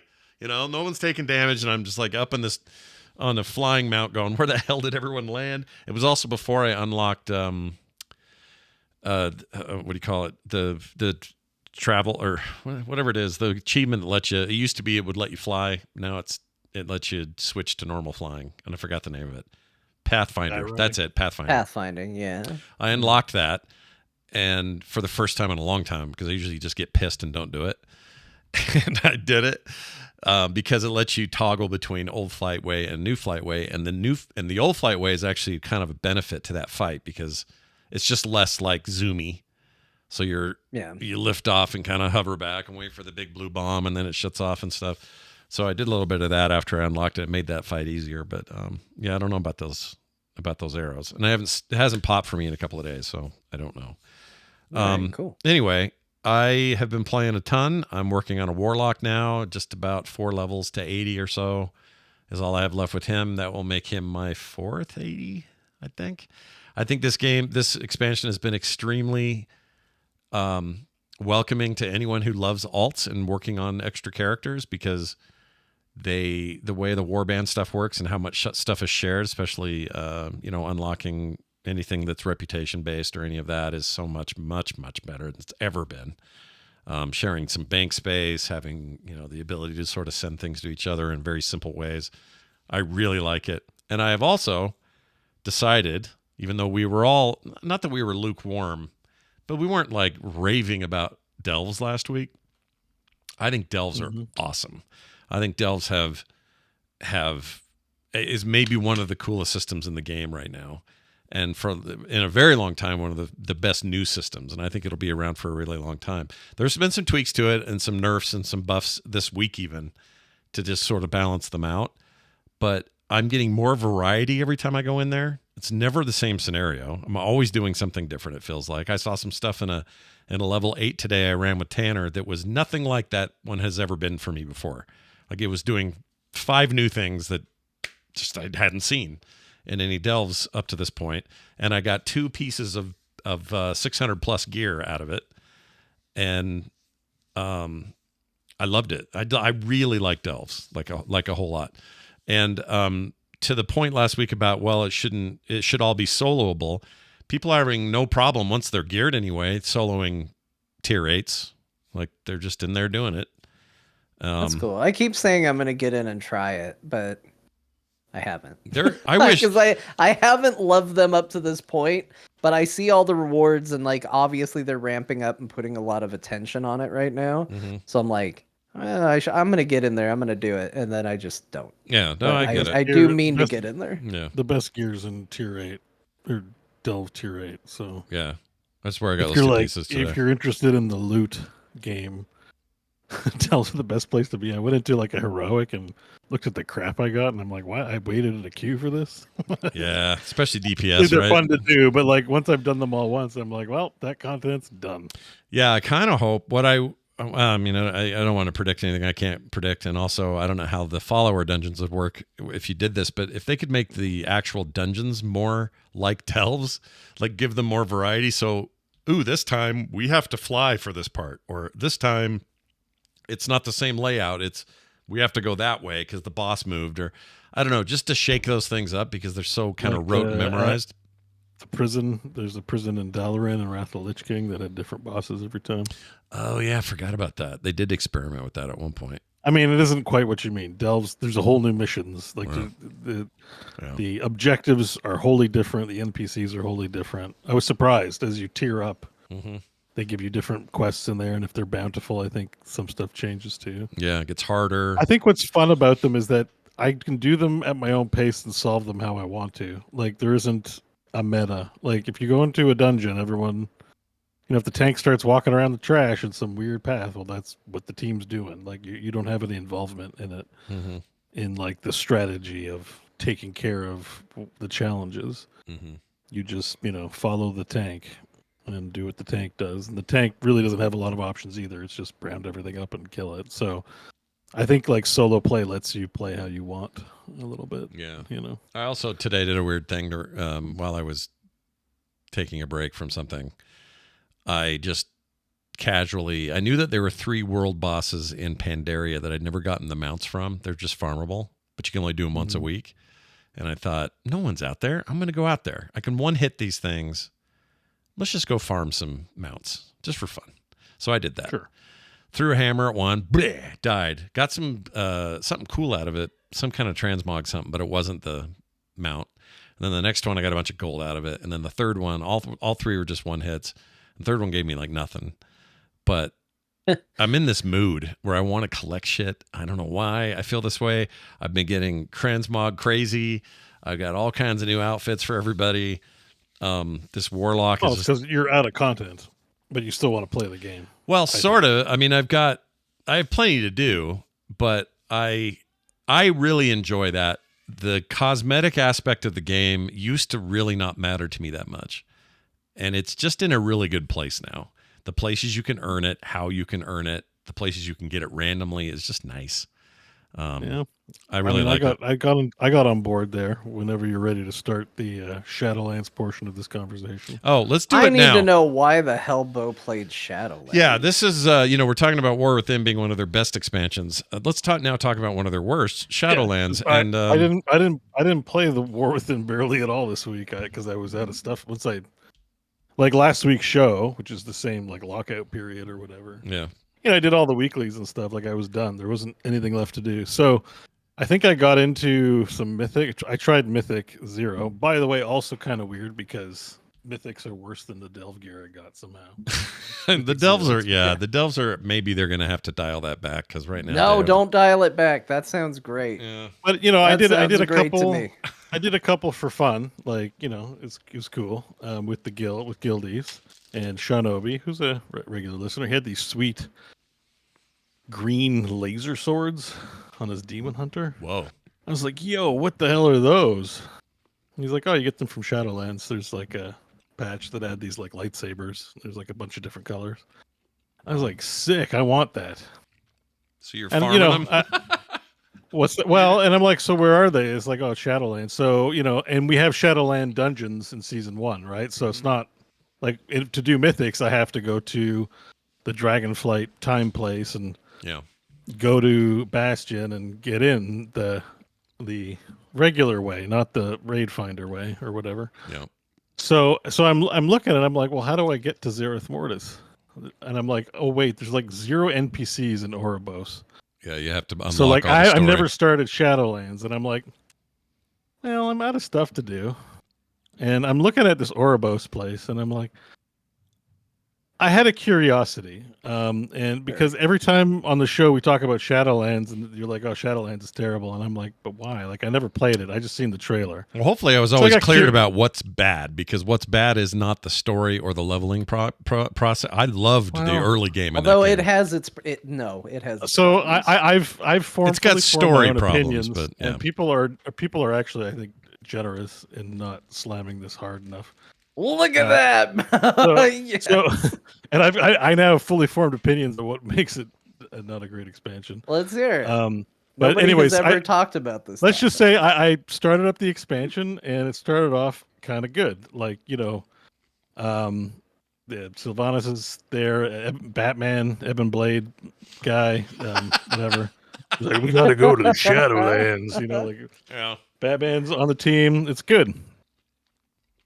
And then I start to clue in as to what exactly is happening with the Shadowlands, which was they've ripped off the D&D Great Wheel cosmology pretty much like the Temu version of AD&D. Yeah. Great Wheel cosmology in here.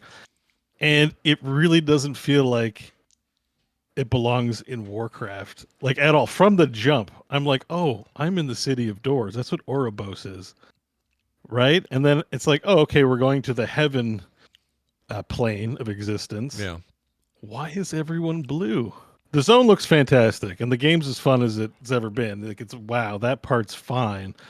But everyone's blue, and it's like, okay, what a weird zone, but they're going to give us the crappy zone verse to go. It's boring. It's just a bunch of good guys. Now we get to Maldraxxus in the MSQ.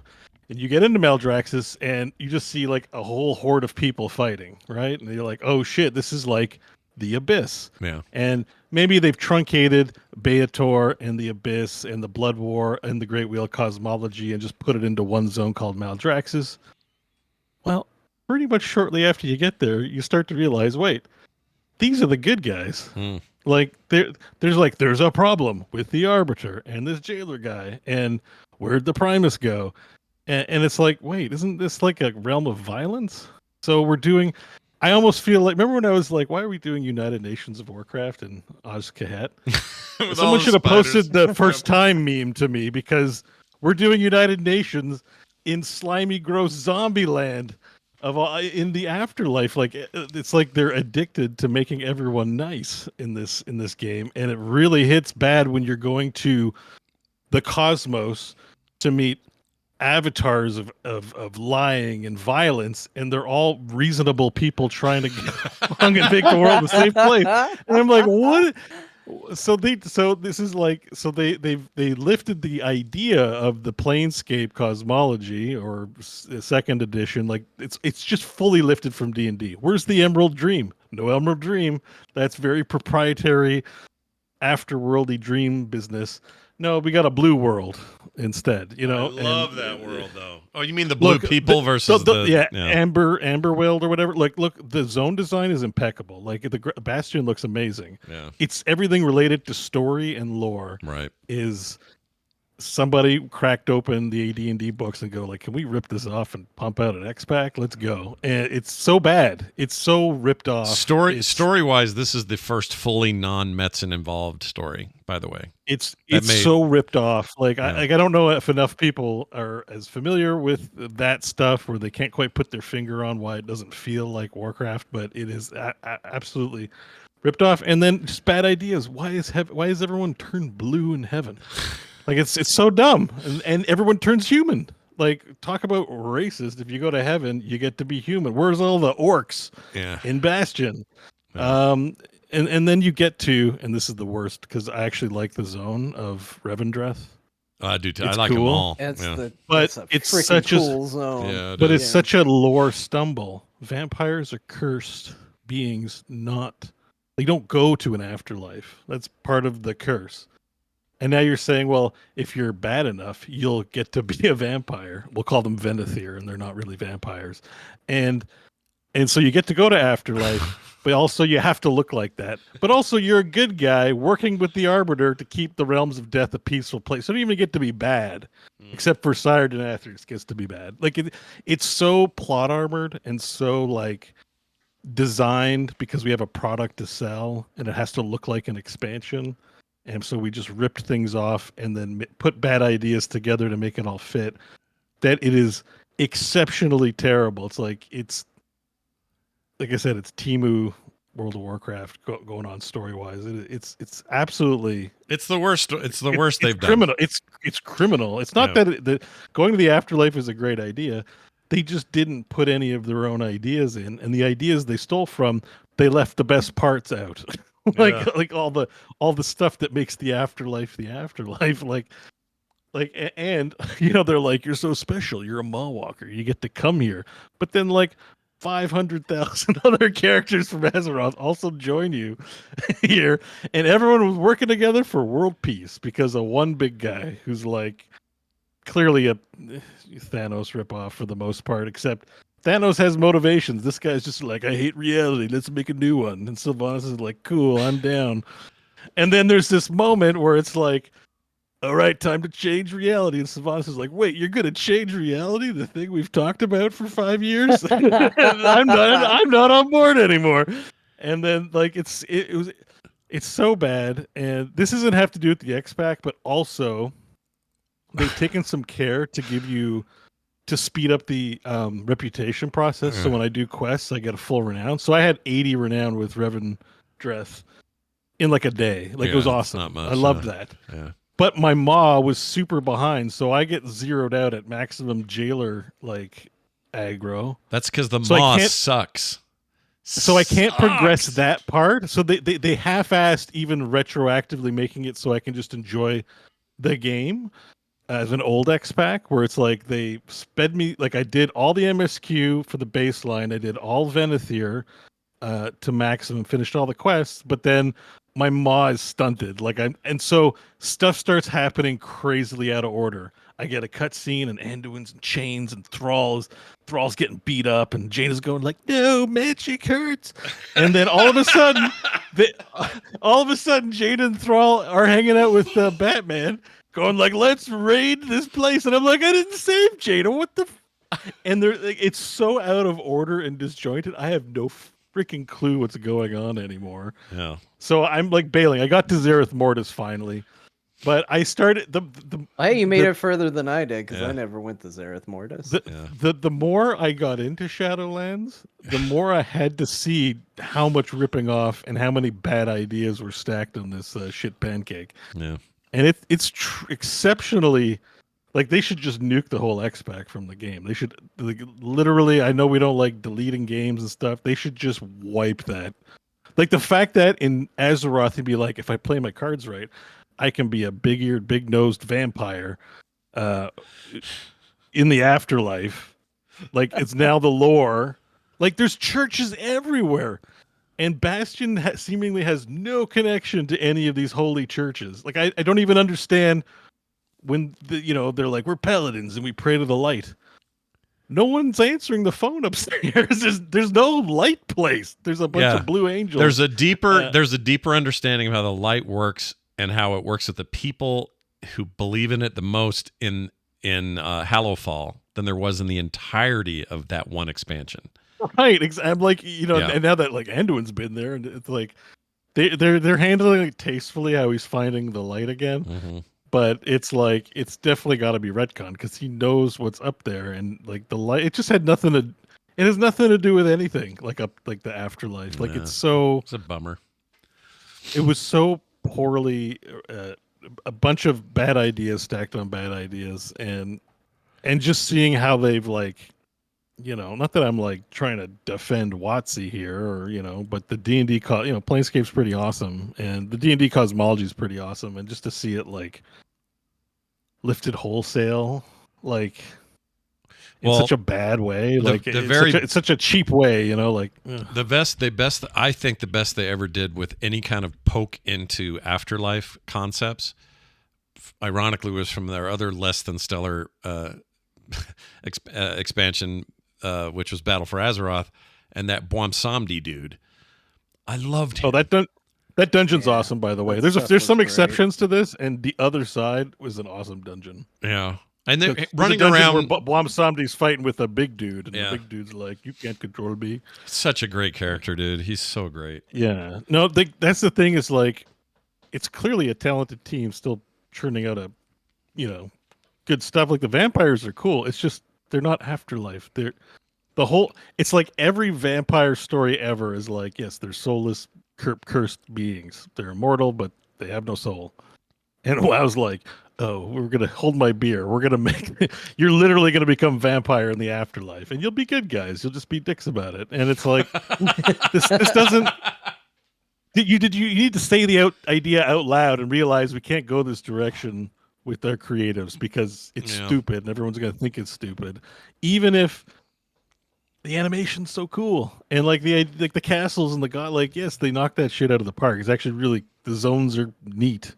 They're very cool. Ardenweald is amazing. It's one of the most beautiful places in that game, period. Like Ardenweald's amazing. As much as I didn't like some of the characters they brought back, where I'm just like, we're trying too hard to relive the history of WoW, I was definitely a big fan of bringing back Kael'thas because he gets to be your buddy if you're with Reverend Dreth, and he's like, I want to burn things. And you're like, all right, buddy, we're gonna bring you out and burn shit. This is awesome. Like, I mean, to me, that was one of their biggest misses was, and it honestly, it highlighted it because I can understand the temptation to go, well, we don't want this to just be like a big cameo city going to the afterlife where it's like, remember this character, remember this character.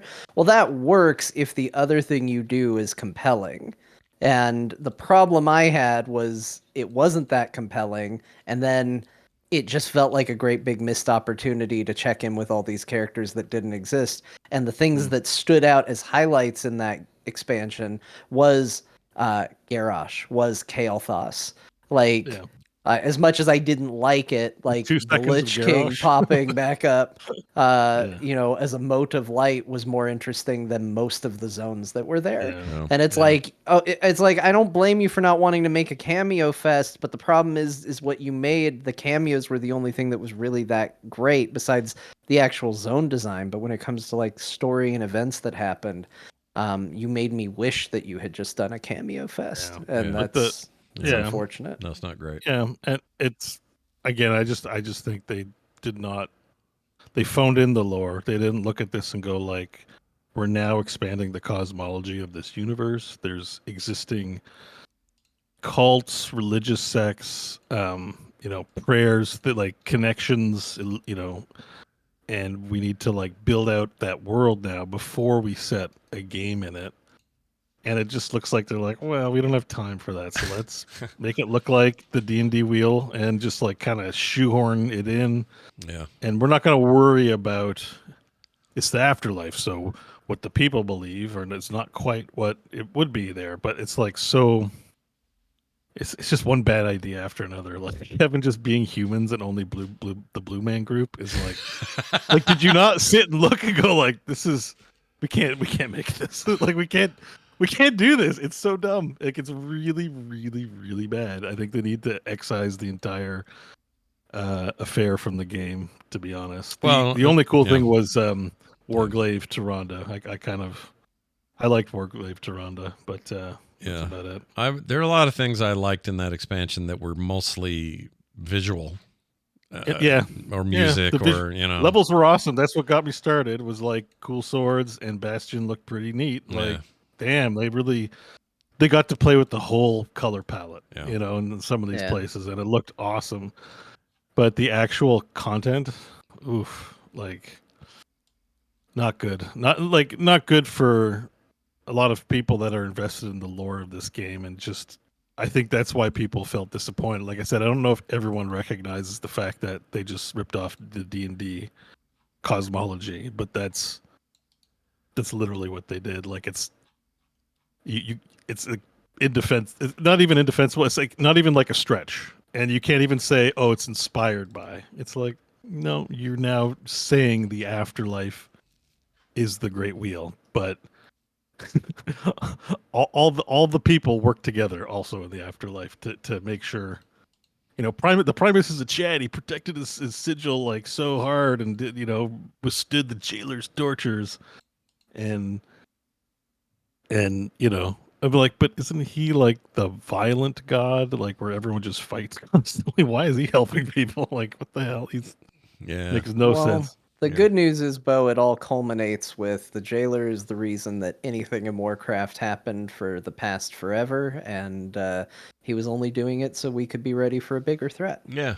And the bigger threat is everyone will hopefully forget about the jailer and never say his name ever again. The bigger threat was what it did to the game. Mm-hmm. I'm reminding everyone, but I've seen, not just with you guys, but other people like try to articulate why it's bad, and I just feel like, oh no, they literally, when you find like a cheap version of G.I. Joe made, like the cheap toys or whatever, like, I'm sorry, but like the net product is like they did that with this content. They've really just ripped stuff off and didn't give the game anything unique or true to its like own lore here, and it's too bad. To me, it has made Dragonflight and War Within even all the sweeter. And I love Dragonflight. That was such a return. I'm not going to stop form. playing or anything like that, but I have the answer to my question. Like it took a week. I played a lot of Shadowlands. That was a ton of quests. I was gonna say, if it's been a week and this wasn't on the docket last week, you did play a lot of Shadowlands. I fell into it. It was all for a transmog. That's why Scott was like, "I'm going out getting transmogs." I'm like, I lost a week because of a transmog. Yeah. Also, another funny story on the transmog train is one of these swords, the yellow one, which looks like one of the most badass, which I didn't thoroughly research how to get it, is locked behind fishing. And when I got to that, I was like, no, I hate fishing. Oh, that's a bummer, dude. I was like, oh, I guess I'm not getting the yellow one. Fish, like the boss is there, like under the water, and it's like you got to fish and do a whole bunch of stuff. Yeah. And I'm like, I'm not fishing for this thing. Yeah, I'll that have to sounds be happy like a with blue nightmare. and green, I guess. Yeah, be okay with those. That's interesting. I was going to ask if you actually got your transmogs, and it sounds like you did, at least. I've got the blue and the green one, but I really want the red one. But I killed the boss today that had it, but he didn't drop. It's like 5% chance, so I got to go. It's like an hour spawn. There's like 50 people waiting for it to spawn. So if you don't kill it quickly, I'm not going to get a pull on the loot table. I don't know how much patience I'm going to ultimately have, but you never know. You might drop in and give it a try one or two more times. Sure. I like going back and trying to get old stuff, so that'd be something I would do. All right, well, there you go. That's our World of Warcraft talk. We'll talk more about our raid experience next week after we've had a chance to play. So should be fun. All right, I beat the campaign in the What the Car game. That game's great. If you're looking it's worth mentioning here because technically we both played it. Shatterproof also gifted me What the Car after I said it looked really good. Oh, good. And so I played it. Yeah. So you beat it. Yeah. I played it. I don't have a ton to say. I feel like you talked about it. I'm not bringing anything new to the table to be like, it's crazy. It's weird.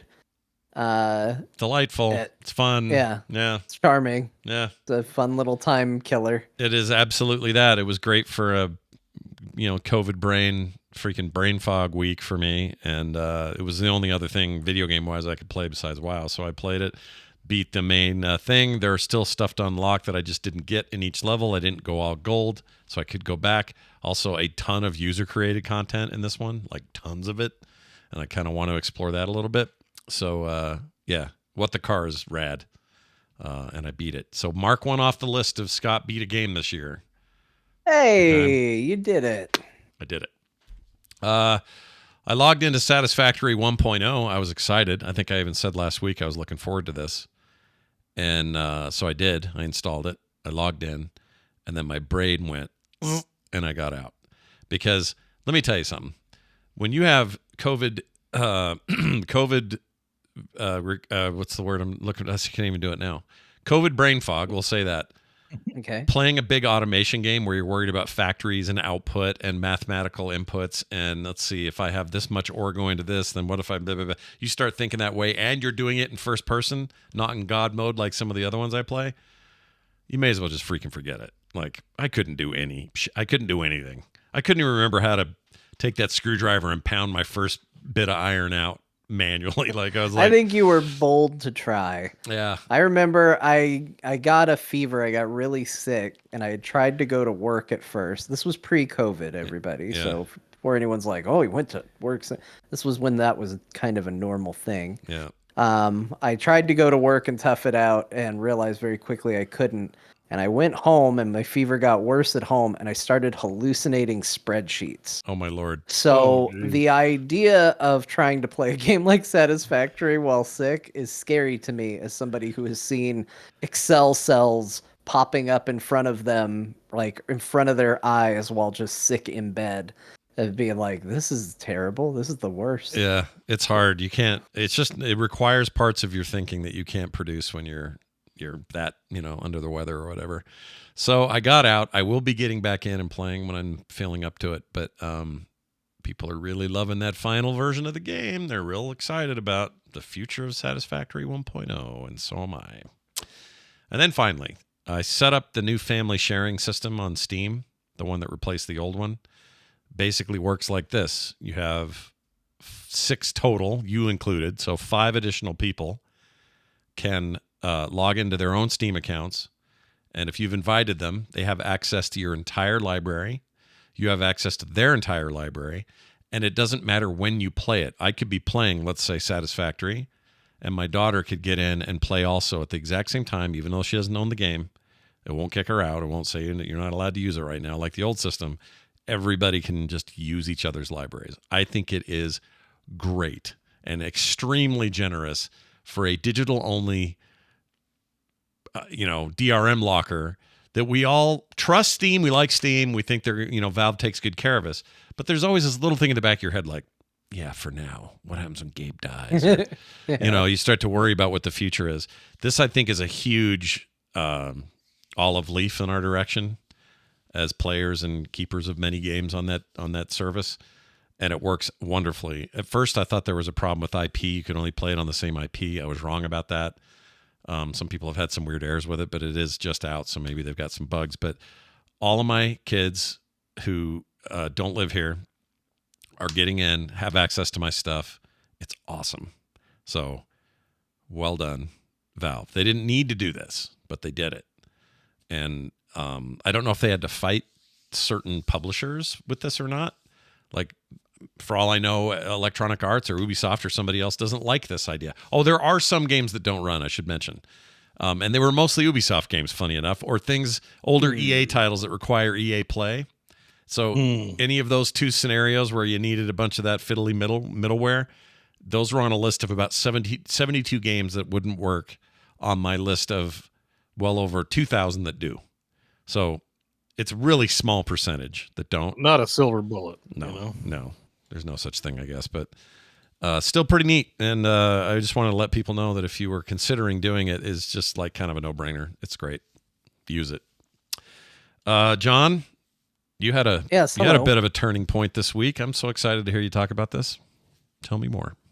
Yeah, I mentioned we talked about in a shared play last week, Wild Bastards, a game that was gifted from the dev to all of us. Yep. And as I recall, we all kind of liked it. Yeah, liked it. I liked it quite a bit, and you were like, "Yeah, it seems good. I'm gonna have to get a little more time.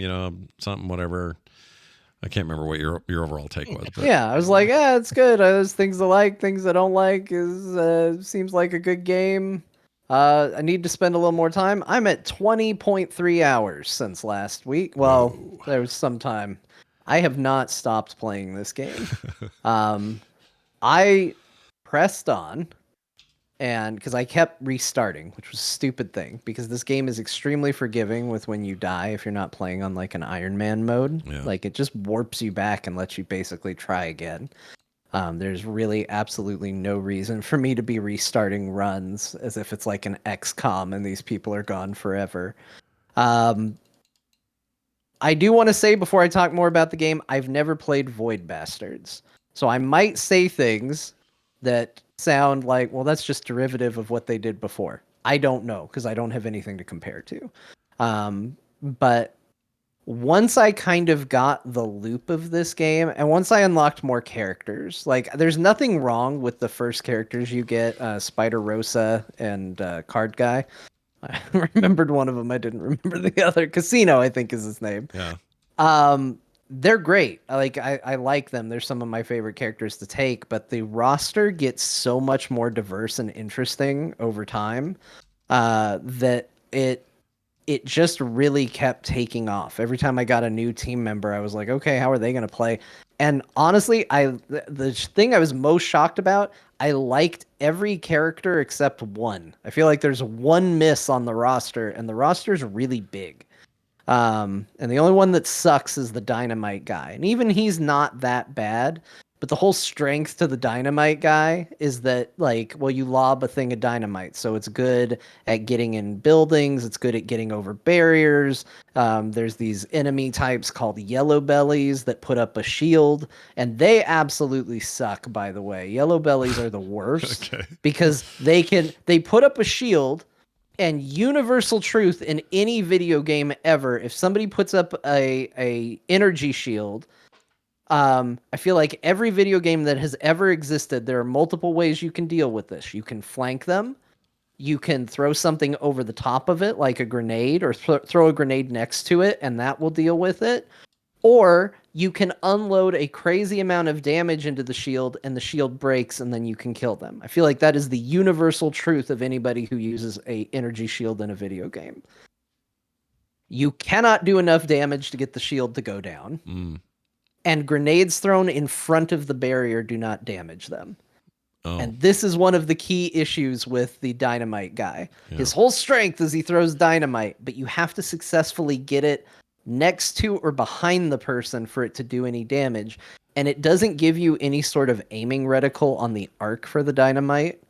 So it's actually like a really fiddly weapon that leaves you exposed for a good long time in the hopes that it works. And the thing that it should be the most useful against, which is like enemies like that, it's kind of useless against.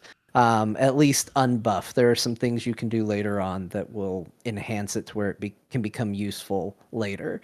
But you can't destroy the shields either. So those guys just really sucked. Eventually, I got a guy who could shoot through those barriers as part of his feature. Then we were fine. Like once we hit that point, it was like, okay, well, I just need to make sure I bring him anytime there's yellow bellies on the planet. Sure. So we can deal with them. Those like little tiny character tidbits aside, this is one of the most fun games I've played in a while. I just couldn't stop. It got me in the civilization rhythm of like, just one more planet. I'll just do one more planet, do a couple fights, get out.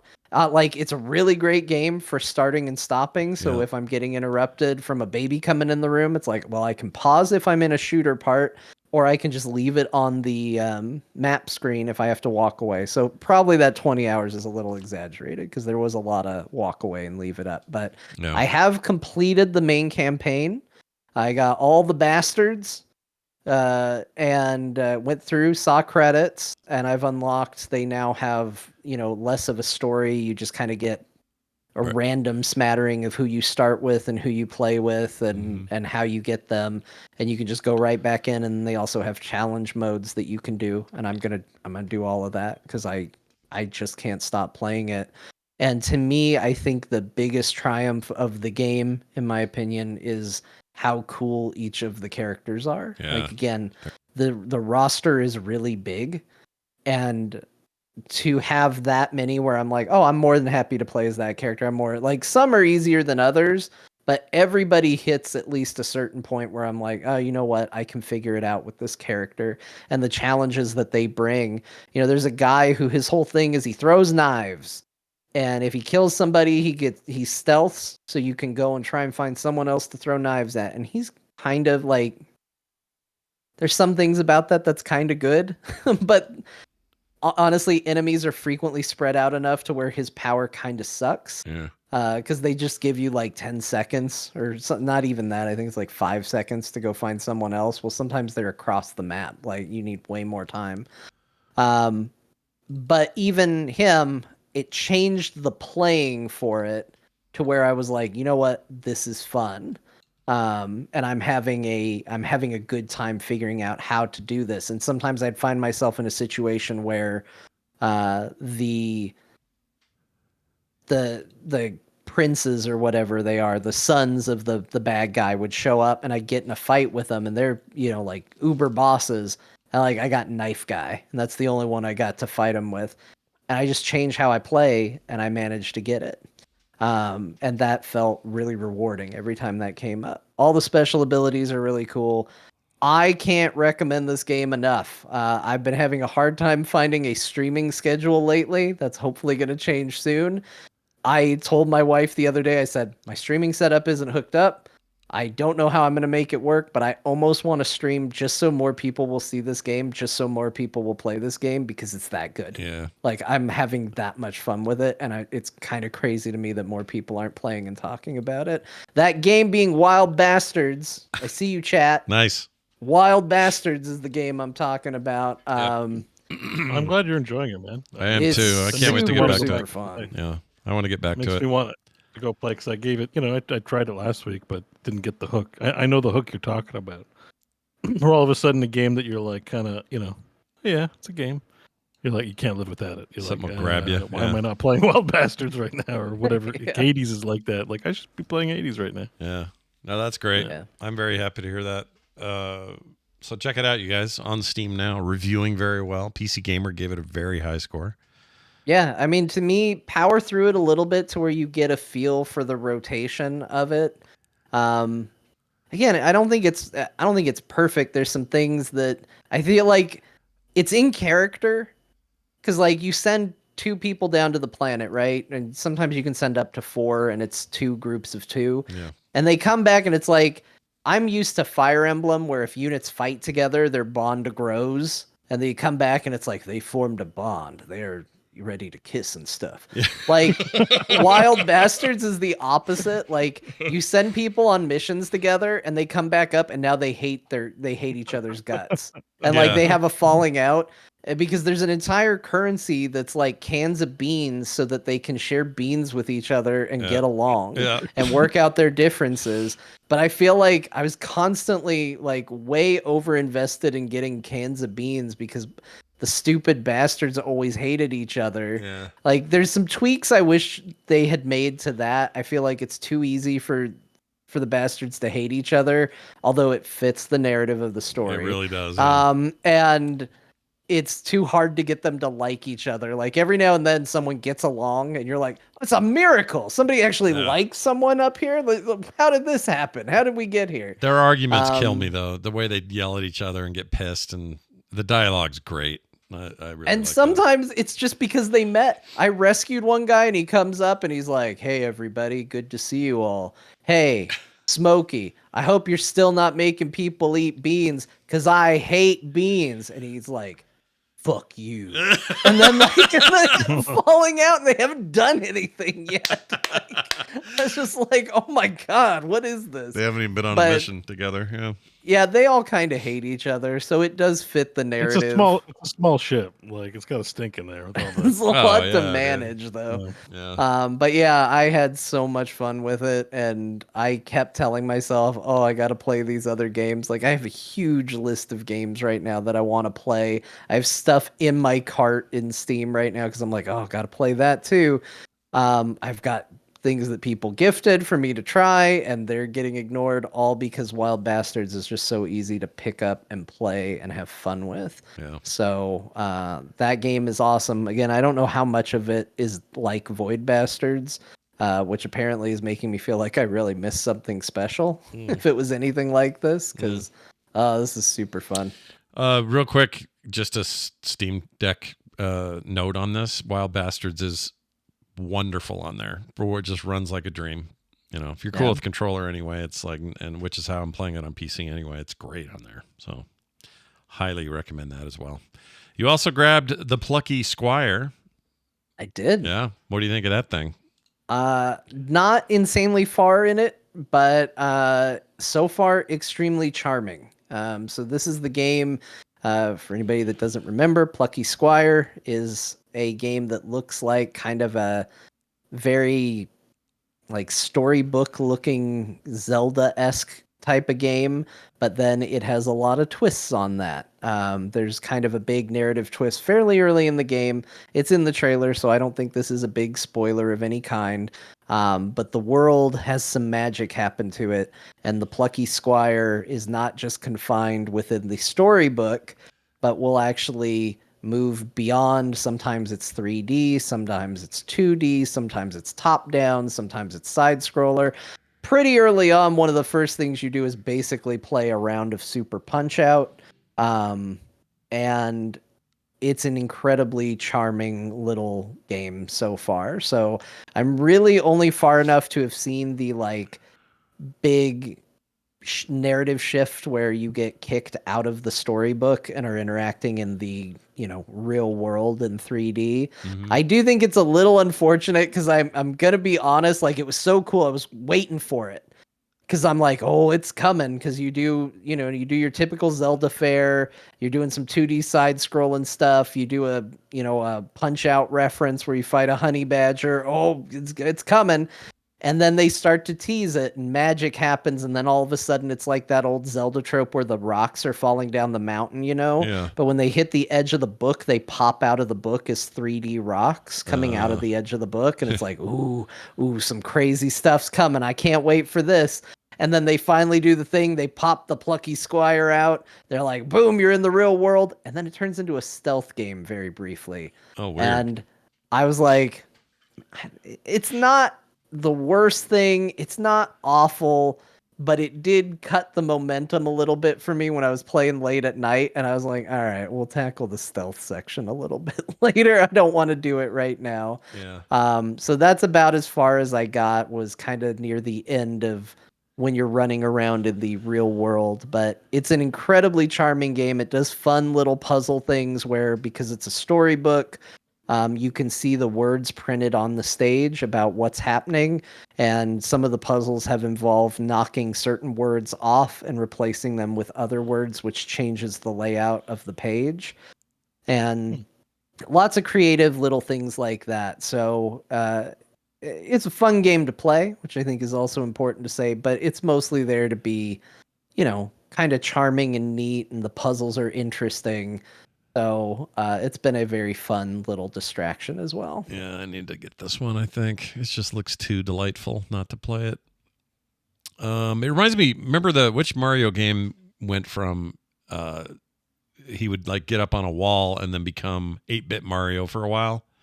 I think that was the hat one. Was it the right? recent one then? Odyssey? Yeah, Odyssey, that's it. I loved that. I thought Couldn't remember it, so it was just the hat one. The hat one where he wore a hat. Out of context, if you don't know the Mario games, probably is a little confusing. Yeah, but yeah. Sure.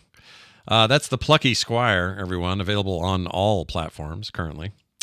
You also played a little bit of Shogun Showdown, which is a game both Bo and I played, I believe. It's remind me though, this is the one where you have limited numbers of moves. It's on a 2D plane. Yeah, you queue up your abilities. Yeah, that's the one. Now, if you think I didn't play much of the Plucky Squire,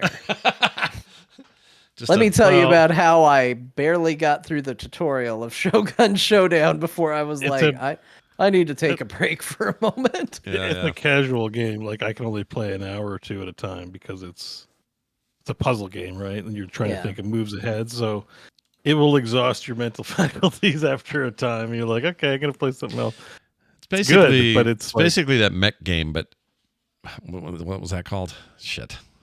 What's we always forget the Into For the the Light? Breach. Into the That's Breach? it. That's it. Into the Yeah. Breach is a hard name to remember for some reason, but it reminded me of that, except not ninjas, but shoguns, and same idea it's though. a 2D plane. Yeah. I think the thing with it is just you make a mistake and all of a sudden you're eating swords and stuff. Like, Yeah. it's pretty unforgiving when you do mess up in that game. But Yeah. Yeah, it's a roguelike. I You're was supposed to die. Yeah. Yeah. I got in. I was like, "This looks great." And by the way, big thank you to Sean Easton who gifted this. I'm pretty sure Sean is also who gifted me Shin Megami Tensei something, not Nocturne. The one that I keep saying that I'm gonna play, Right. and have not done. Oh, Vengeance 5, Vengeance. And I keep not doing because it's a big RPG. So I think he gifted me this, saying like, "Hey, here's something you can play." Problem is like I got in, I was like, "All right, cool," and then it got to where it's like, "Okay, apply your knowledge," and I was like, "This is hard. I have to I have to think more about this than I was planning on." I didn't allocate the mental resources that I needed to do this. I was like, I'm gonna come back to this, and I went back to Wild Bastards, and I spent too much time there. But I am gonna go back to it, spend more time with it. It seems very, very cool. It seems like it will be up my alley, but I just wasn't. I was caught unawares with what it was gonna ask from me, and as soon as I had to do it, I was like, this hurts brain. Yeah. Let me You got to be turn in the other game on. Got to be in the right frame of mind. That is Shogun Showdown, available on all platforms as well. Tell me about. Oh, we already talked about What the Car. Yeah, we talked about What the Car. Yep. I've got an insane list of games, again, gifted and otherwise, that I'm like thinking of playing and getting, including that UFO 50 game came out, which is like the collection of 50 mini games. Oh yeah. People who made Spelunky. I don't know why I'm even thinking about that right now because I have so much other stuff to play, but it's in my cart for some reason. I'm know when really that's gonna happen. super curious about that one. I know, me too. Me too. But I keep buying damn video games and not playing what I have. Yeah, it's getting really bad. Like this is almost like a Steam Shopper anonymous session. I know, right? Yeah, I just bought games live on the show too because today. Just now. What'd you get? What'd you get? There's a sale. There's a Sega publisher sale, guys. Breaking news. Yeah. Bing, bing, bing, bing, bing, bing. And well, I'm gonna buy them at some point. So I decided to buy them all now. I bought the Yakuza collection. Oh yeah, well that makes sense. Makes I'm sense. gonna Now say I that's not a own all the- terrible purchase. I don't for you. own the Judgment games. I'm probably gonna try not to buy those, even though they technically are part of the pantheon of. But yes, I now own Yakuza 2, 3, 4, 5, 6. I've played 0. That was included in the bundle, and 1 I got a discount because I already have it. But I'm eventually probably going to end up playing them all. So now I have them. Oh, And- 2 Point Campus is 80% off. I might have to grab that. Yeah, that's a good Uh-oh, sale. Look at this, it's happening. Warhammer 3 also on sale if you haven't played. Not that I was tempted by it, but I don't know enough, and I'm not going to play this. You know who but- loves that is your Kyle Ferguson is obsessed with that, or he was for a while there. Yeah, I it's keep wanting to get into it, but it's a lot to learn. Again, it goes to the right now. Gaming is the currently deciding a factor. unwinding thing. Yeah. The deciding factor is it's not quite 40K. I'm like, well, Yeah, it's that's Devo. also a I'm problem. good. I'm learning Yeah. 40K. I'm not learning Warhammer. Yeah, why don't at the they do a moment. Total War 40K, or have they? And I don't just know. They missed it. should. They should Yeah. do that, Scott. Get that I done. Get that I going. would give them money for that. Yeah, And that's they Sonic. like money, so they would want what I'm going to give them because I'm going to give them money to do something. They want that. That Sonic Superstars thing is 60% off. There's some good deals in here. Jeez. Yeah, it's a good one. That's why. And look at the bundles. There's the whole Warhammer collection. There's the Atlas collection. There's 2 Point collection. Man, look at these bundles. Alien bundle. If you want to play Alien Isolation, it's on sale for $13 or $13 or something. I already own that. Let's see. Uh, the let's Shin see, Megami Tensei. Speaking of which, that new one's on sale. Not by much, but a little bit. Humankind's on sale. Whoa, $140 down to $30. The definitive edition That's of what Humankind. tells you something. Is Humankind good? No, I mean it just tells you like there's a lot of DLC for that game. It has to be, I right? guess so. So I'm like, yeah, I didn't. Valkyria save head. Chronicles only $4. That's a great game. I like those Valkyria games. So I mean, there's a lot of. It's like you have to click on the tabs at the top, bundles up to 85% off, and like there's actually quite a bit on here. Yeah. I apparently already bought the Yakuza collection. Did you? That's news to me right now. Great. I Save hate yourself when some I money. do that. But did you buy Judgment and Lost Judgment? Because they're also on here on sale for great prices. And the Edo era, Like a Dragon Ishin, is also on Yeah, I sale. don't think I have those. So Dawn of War 2 is so good. Speaking of your 40K, great game. Oh my gosh. All right, damn it. Yeah. There's a lot of shit yeah, on here I look, want. more money. More you won't money play any of going it, out. but if you could see into the future and see that you'd play it, you definitely save some money on this. You know what? I Oh, will for $6. I'm going to play 2 Point. Dude, Campus. Hatsune Miku is on sale as well. And that Dead Rising Deluxe remaster came out. I wanted to try that. Is that out? Wait. Yeah, it's out. Yeah. Velosaur says there's a big. Oh wait, no, Yakuza I on don't it think it is. tomorrow. Is it out? Valve has started doing something on Steam that's bugging me. They're putting games that are not actually out on the new page, which I'm sure works great for them. But I have a bad habit of assuming that means it's out. Yes, it is out. It is out. Guys, Oh, you're right. guys. It is out today. As of I'm sorry, 18th yesterday. It's reviewing pretty good too. I kind of want that. Yeah. Chat room, thank you, Rallisaur. Rallisaur just let me know there's a big live stream for RGG, the makers of Yakuza. They're announcing their next game tomorrow. Oh, are they? No way. Oh, That'll be interesting. I would be very nice. curious what that would be. I think it's my money be on a Judgment game at this point. We've done a lot with the Kiryu and whatchamacallit world. Yeah. Robert Jeffrey in the Or chat or said somewhere. Total War 40K would be an insta buy for me. I agree with him. I would do that in a heartbeat. Well, And- maybe this, Space Marine 2 will inspire them to make an RTS. That'd be I know great. this doesn't do anything for either of you, but another one that I was very disappointed to find out is I kept seeing Dragon Ball Sparking Zero and thinking it was some shitty like Steam version of a mobile game, completely forgetting that this is the follow-up, the spiritual successor to the Budokai games, which I love. So now I got a damn Dragon Ball Z game I want to buy coming out in early October too. There's too much. What's it called? Too much. Sparking Zero. That's the one. Sparking Zero. Yeah. $69. Nice. Let's see here. I'm looking. Oh yeah, that game looks crazy. Look at this video. Holy shit. You sure that's not just a cartoon come to life? My lord. Anyway. Yeah, it looks good. It's got like a roster of like 119 characters or something. Like that's why I thought it was a mobile game. It's like that's way too many characters. Yeah, that sounds like you're gonna have to roll and get bad RNG on opening card packs and stuff, but not this game. All right, well there you have it. Bo, let's talk about Planescape Torment for a minate. I have to think that you playing you messing around in Shadowlands inspired it's all this. connected. It's all connected, baby. the cinematic universe of Bo's gameplay experience.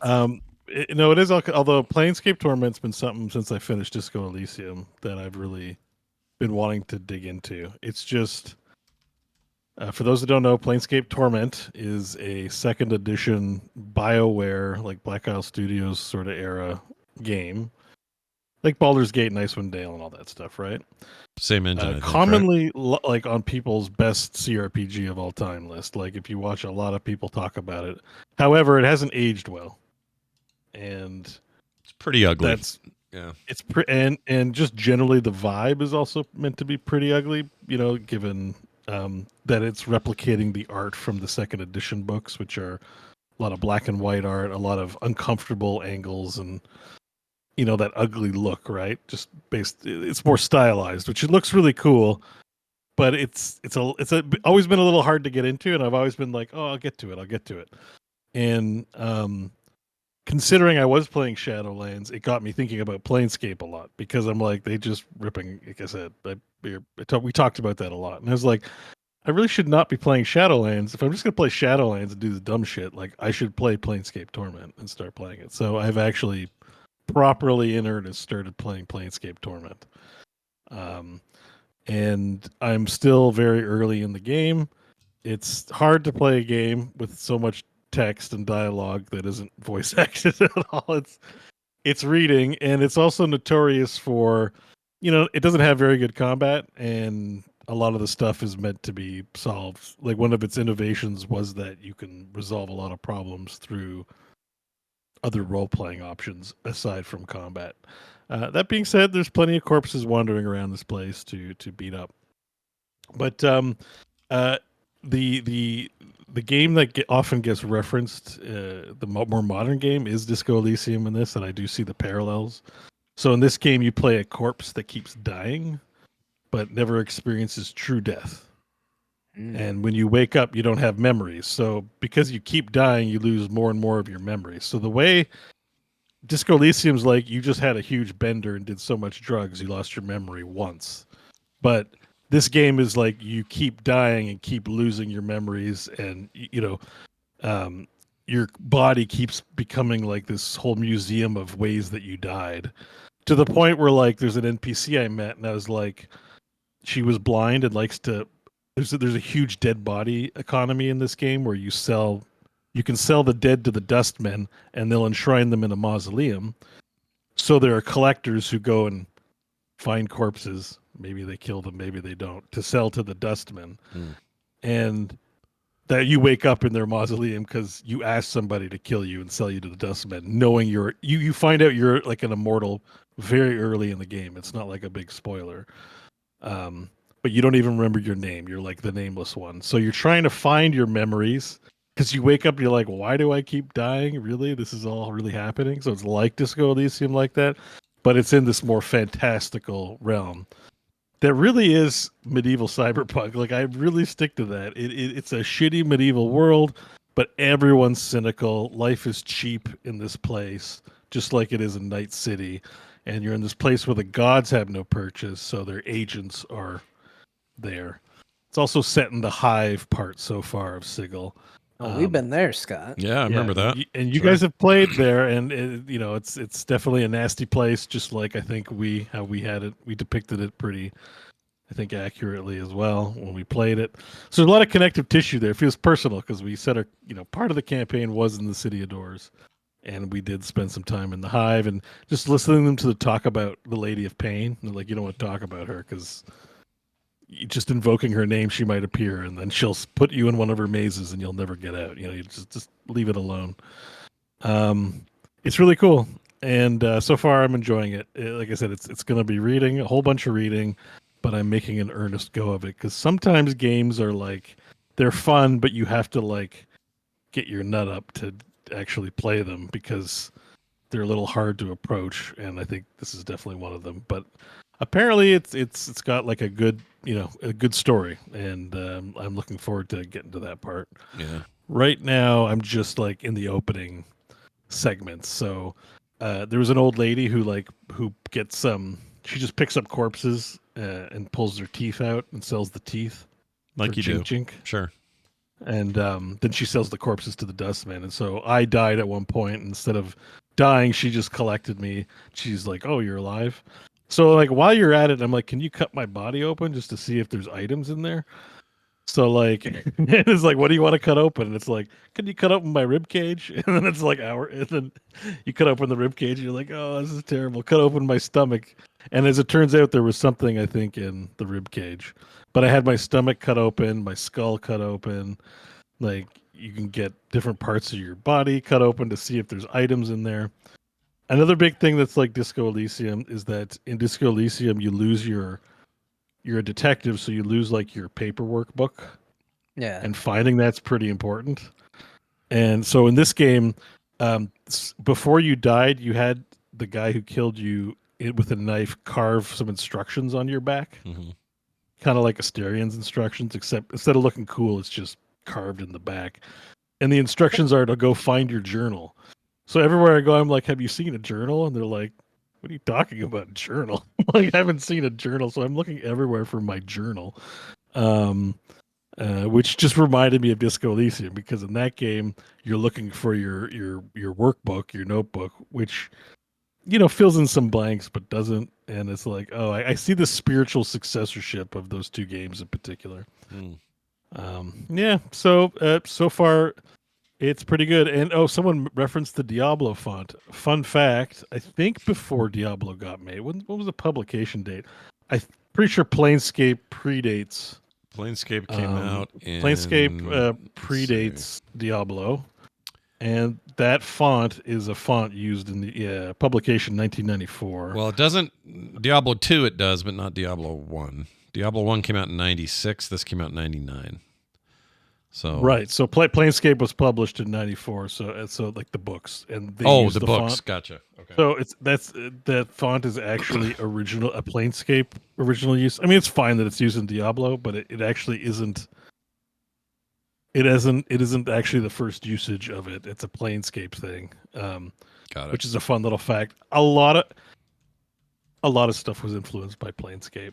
Not a lot of people talk about it because it's not like a vogue thing. Mm-hmm. But like, if you're in this realms of super TTRPG nerd, you know that like it's kind of like, what do they say? There's like comedians people like, and there's comedians like. Mm-hmm. I feel like Planescape is the setting that really entrenched, that role play nerds, D&D nerds like know about, and then there's everyone else. So the game Tides or Torment Tides of Numeria, wasn't that supposed to be like a straight up like... It's a spiritual successor. Okay. I'm curious about it myself. It could be spiritual successor in that like it deals with some sort of cosmology that's outer planes. I'm not sure. Yeah. But it's curious, possible. Curious about it. Yeah. I have it. It's like someone gave it to me. It's a real shame that like it's linked to WotC owns Planescape, because I think if CD Projekt Red or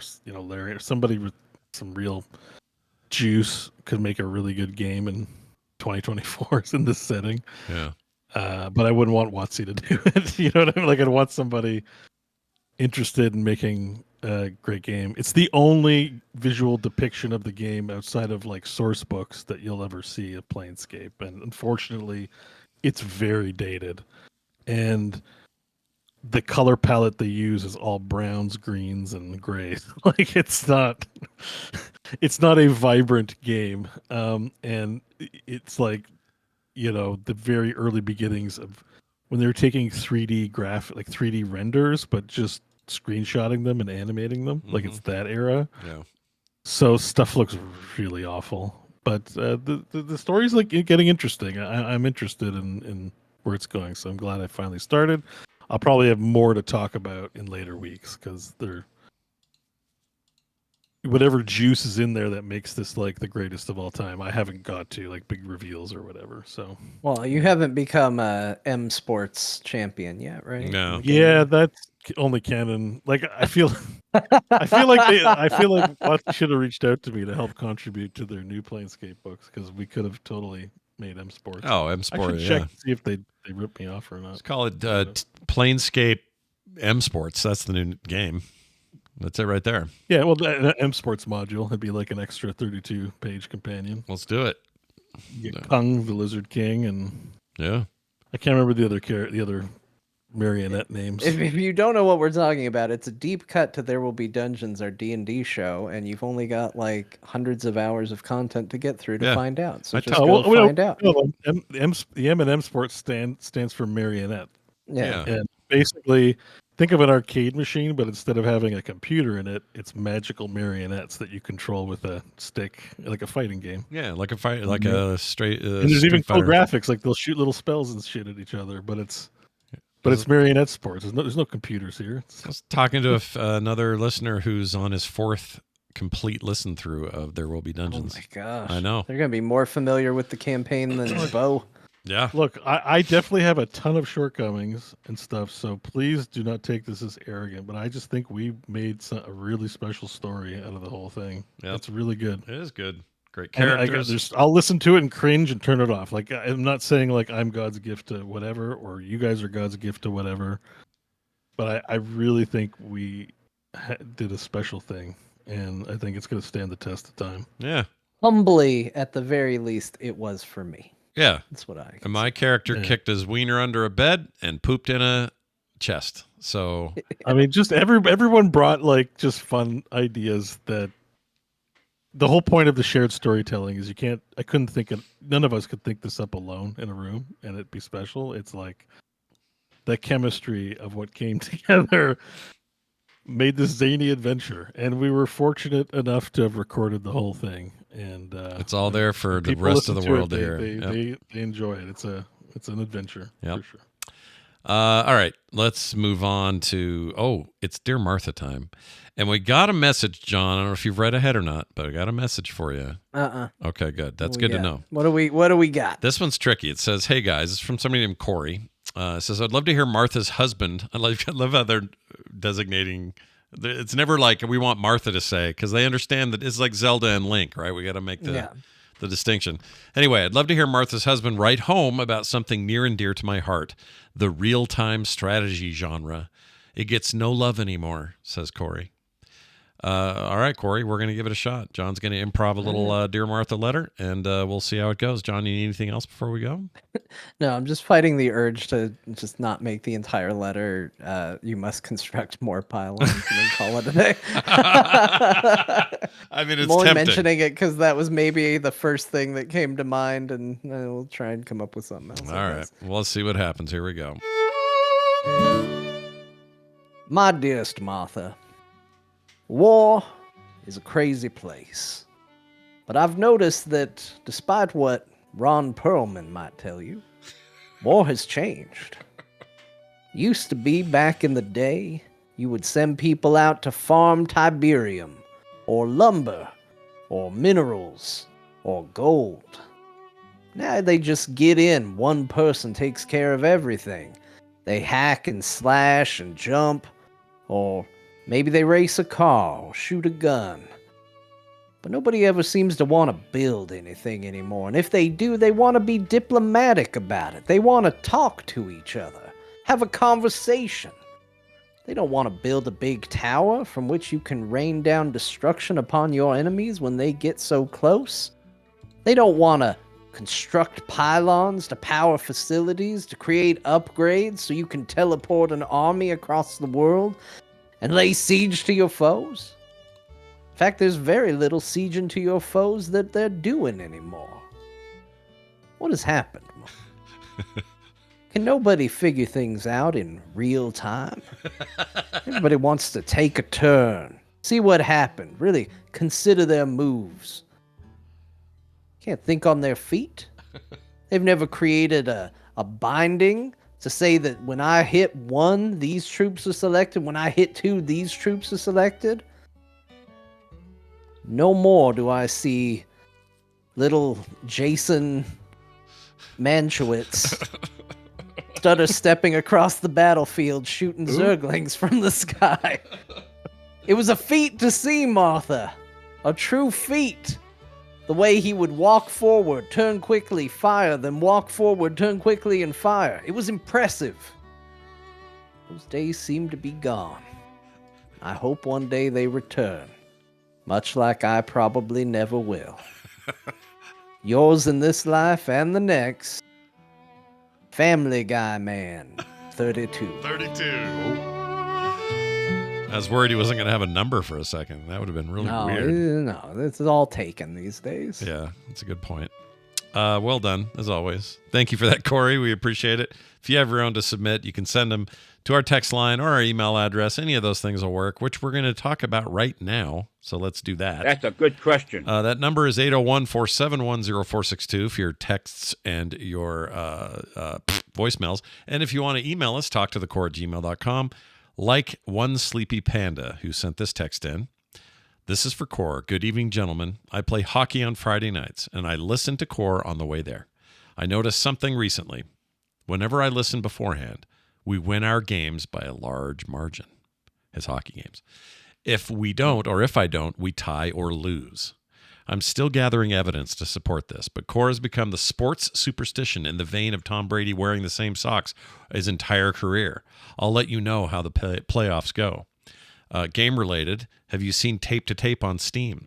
It seems like a cool NHL hits-like game, and I was wondering if any of you have checked it out. Love the show, One Sleepy Panda. Well, I'll answer the second question first. Yes. In fact, I reviewed it on this show and recommended it. It's great. It's also kind of a roguelike, but it has amazing hockey play. The actual playing of hockey was real good. Play like NHL 94, if I'm honest. That's about the feel you get, which is good. That's a very good thing. It's very good. So if you haven't picked it up, I would consider it. It's a rad little game. As to our show being your good luck charm, listening to it before the game, they win.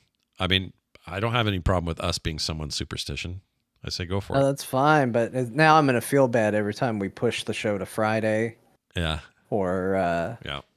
change things around. One Sleepy Panda, I'm sorry about your game. Sorry about the loss on Friday today. So I hope you enjoyed your, hopefully a tie. We'll hope for. This is an enviable position. Xbox would love to, have that. I got to get an Xbox, or I'm going to lose all my games. Mm-hmm. Like, that'd be great. Yeah, it would be. But my main thing is, I want you to win your games. I think it's cool that he's playing hockey. First of all, I think that's awesome. I have a couple of friends who play. I'll just say this as a side note. No one has ever smelled worse to me than a hockey player after a game. I've never smelled anything like it. It is horrendous. The worst human body odor smell of all time. And how do you know it wasn't just that person? How many hockey players did you smell? Well, what's the sample size? All right, so my buddy Bill and our friend Ron and another third guy smelled them all separately, all terrible. But Bill was the worst because he'd take his duffel bag home full of his sweaty gear, like pads and everything, leave it in the house, and as a result, his whole it was like a condo with his mom. His condo stunk to high heaven, and it was always that bag. It was that bag. It's worse than no deodorant guy at any convention. Oh, by far. I'm honest with you guys. It is mind-blowingly bad. I guess they sweat in their stuff because it's cold, but they're really hot under all that gear, and it's not like you can shower. Like, do they? I'm going to go out on a limb and say you don't do laundry every time after a hockey game. Well, right? they do on some of the jerseys and stuff, but the problem is the pads. It's not sweating in the jersey. That's like 5 layers removed. Well, yeah, but the whatever pads wearing, soak it in. The pads are like. Like they don't go through the wash. No, so they just sit and stink. I mean, football's similar, but hockey, man. Yeah, I don't have a comparison. I never played hockey or football, so all I really can appreciate is basketball, baseball, and soccer. Well, even then, like if you're playing casual street hockey, you don't wear gear, or if you're just tossing the puck around on ice, like it's true, you might not wear gear. I never really played like play. So that's why I wanted to ask you actually, because hockey is such a standard in Canada. Yeah. I never really learned to skate very well. Really? I went a couple times. They always hurt my feet, like just being on shoes that have blades. Like you got to balance on blades. Like I was never comfortable on skates. Crofton even bought me a pair because he's really into hockey, and we went out a few times, and I was like, you got to wear them tight so they don't sprain your ankle. Yeah. And I was like, I can barely get 2 feet on skates. Like I cannot skate. I feel like we have. So there's something we all played, but I just played in boots and I played in nets.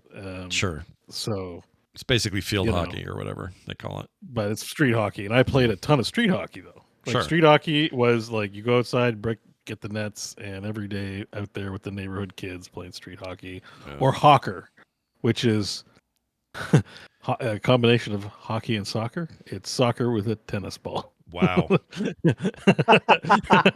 And hawker's a skill. Like hawker's a real tough sport, for sure. Yeah. We have all three of us have something in common. John is not a desert wall climber.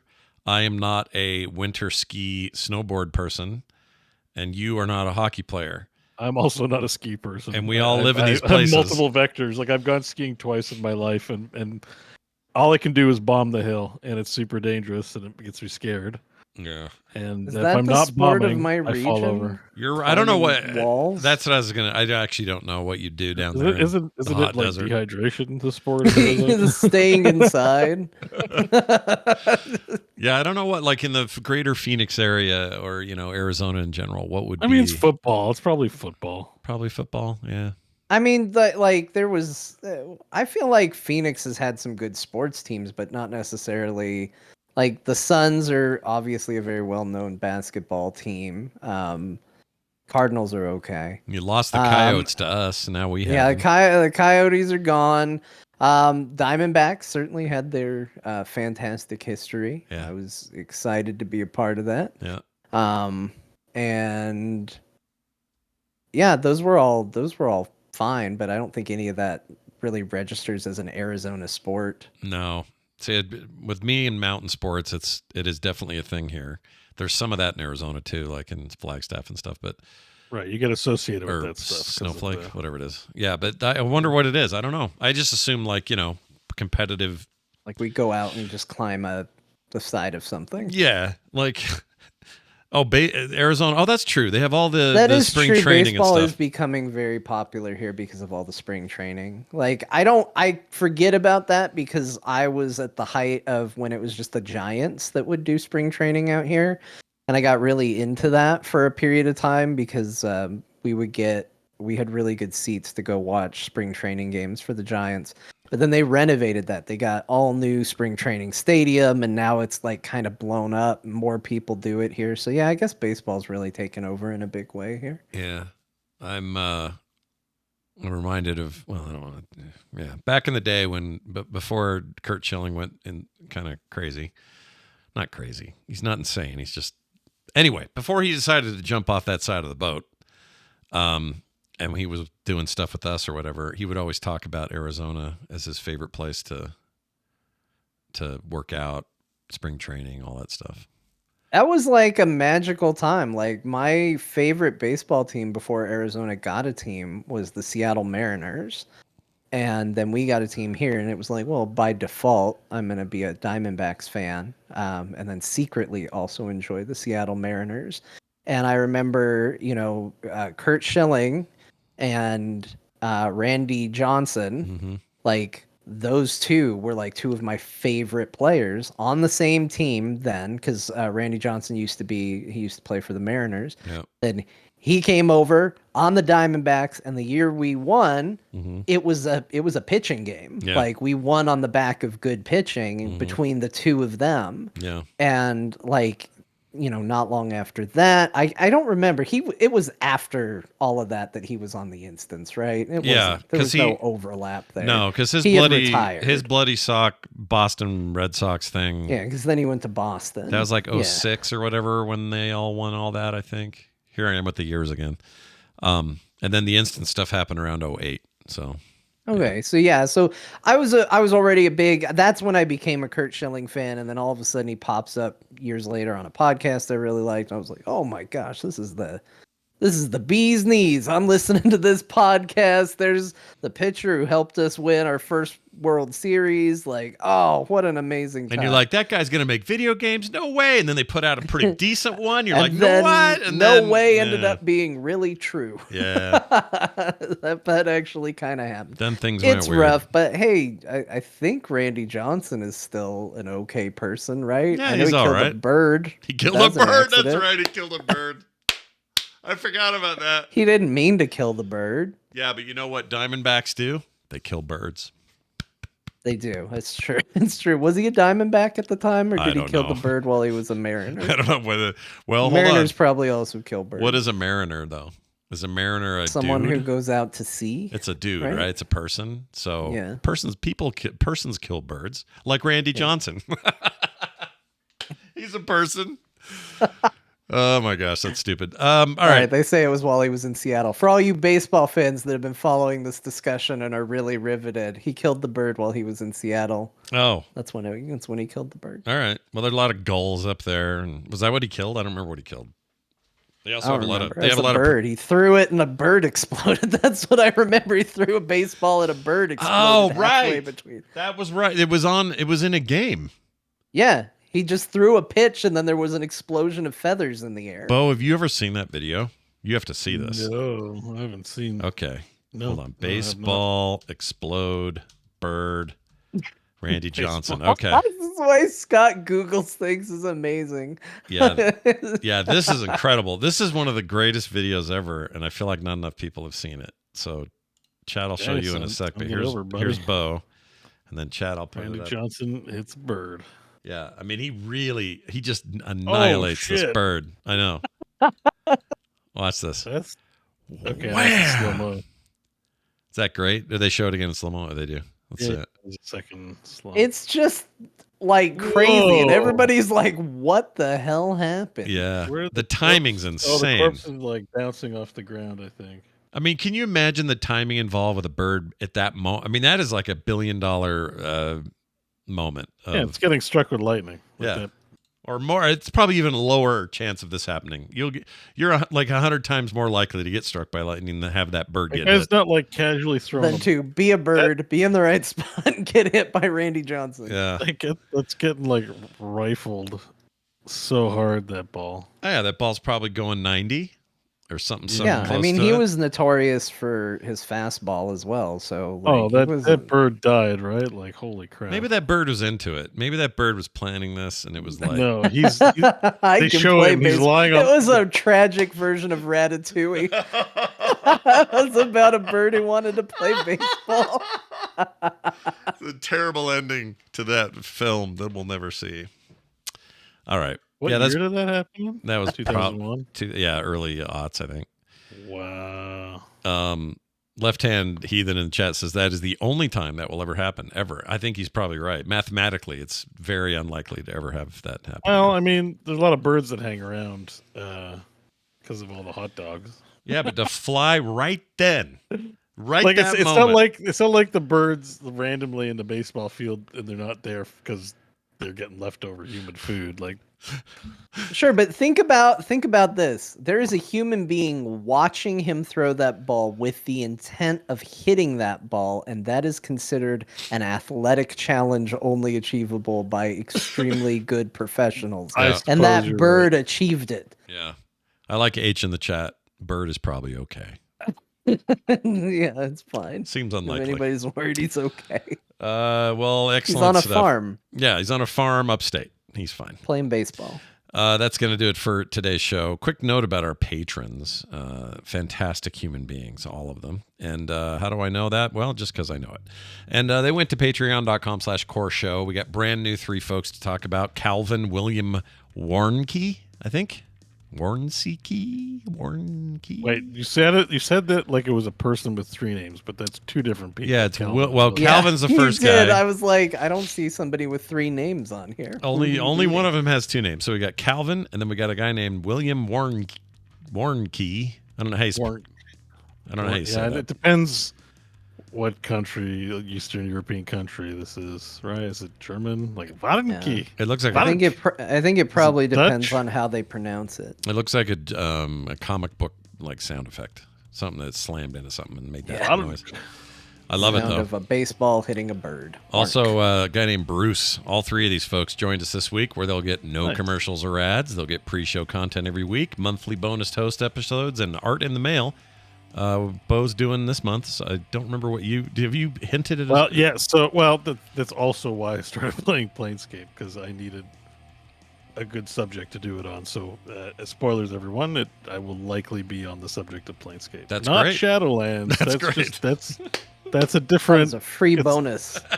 That's just how I got there when deciding. Like it's been a whole journey. But yes, Yeah. it's likely to be depends on how things shape up schedule wise. But I'm hoping to do it on one of the greatest CRPGs ever made. So I love it. check it out. Awesome. I'm That's excited a to hear better it. tease than mine when I was just like, mine's going to be about pillows. Yeah.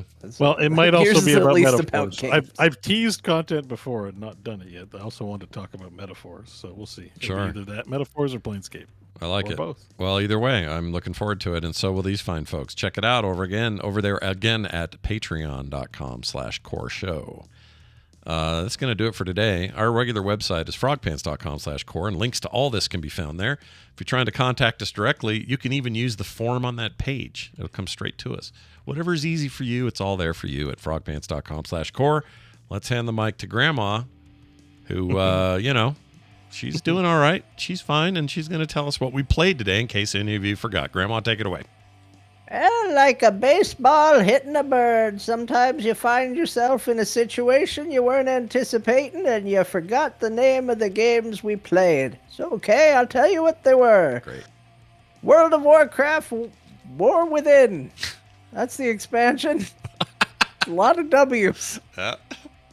I had a flashback. Scott played What the Car, Satisfactory 1.0, and he talked about family sharing on Steam, which isn't a game, but Sure. hey, maybe we're all in a simulation. John played Wild Bastards, The Plucky Squire, Shogun Showdown, and also What the Car. And Bo played Planescape Torment. Yeah. Planescape Torment. Planescape. And I'm glad Manscaped, I'm but Manscaped Planescape. Torment. Ooh, I don't want that. Manscaped. It's a terrible idea. Hey, that's going to do it then for us. We'll be back next week with more. And, I have to say, through the course of the show, I actually feel better than I have all week. So maybe Core helped COVID go out the back We don't want door. to say we heal, Yeah. but if you find yourself feeling better listening to this show, we definitely were the reason. And I farted really loud. It's possible the viral load has left my anus. I don't know how this works. New information out of the CDC today. It is possible viral to load was- fart away COVID. I don't know. There's a wave of viral load cloud approaching Utah. Yep. We Yep. will now be treating COVID with trips to Taco Bell. That's right. Stay in, what do they call it? Stay in place? What do they call it? Well, there's a word they used to say when you have to shelter in place, everybody. My load cloud is heading your way. That'll do it for us. Thank you all for listening. Have a fantastic week. Go play some video games. We'll talk next time. Bye.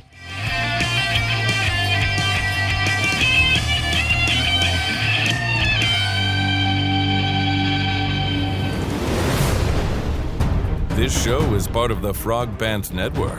Yes. Get more at frogpants.com.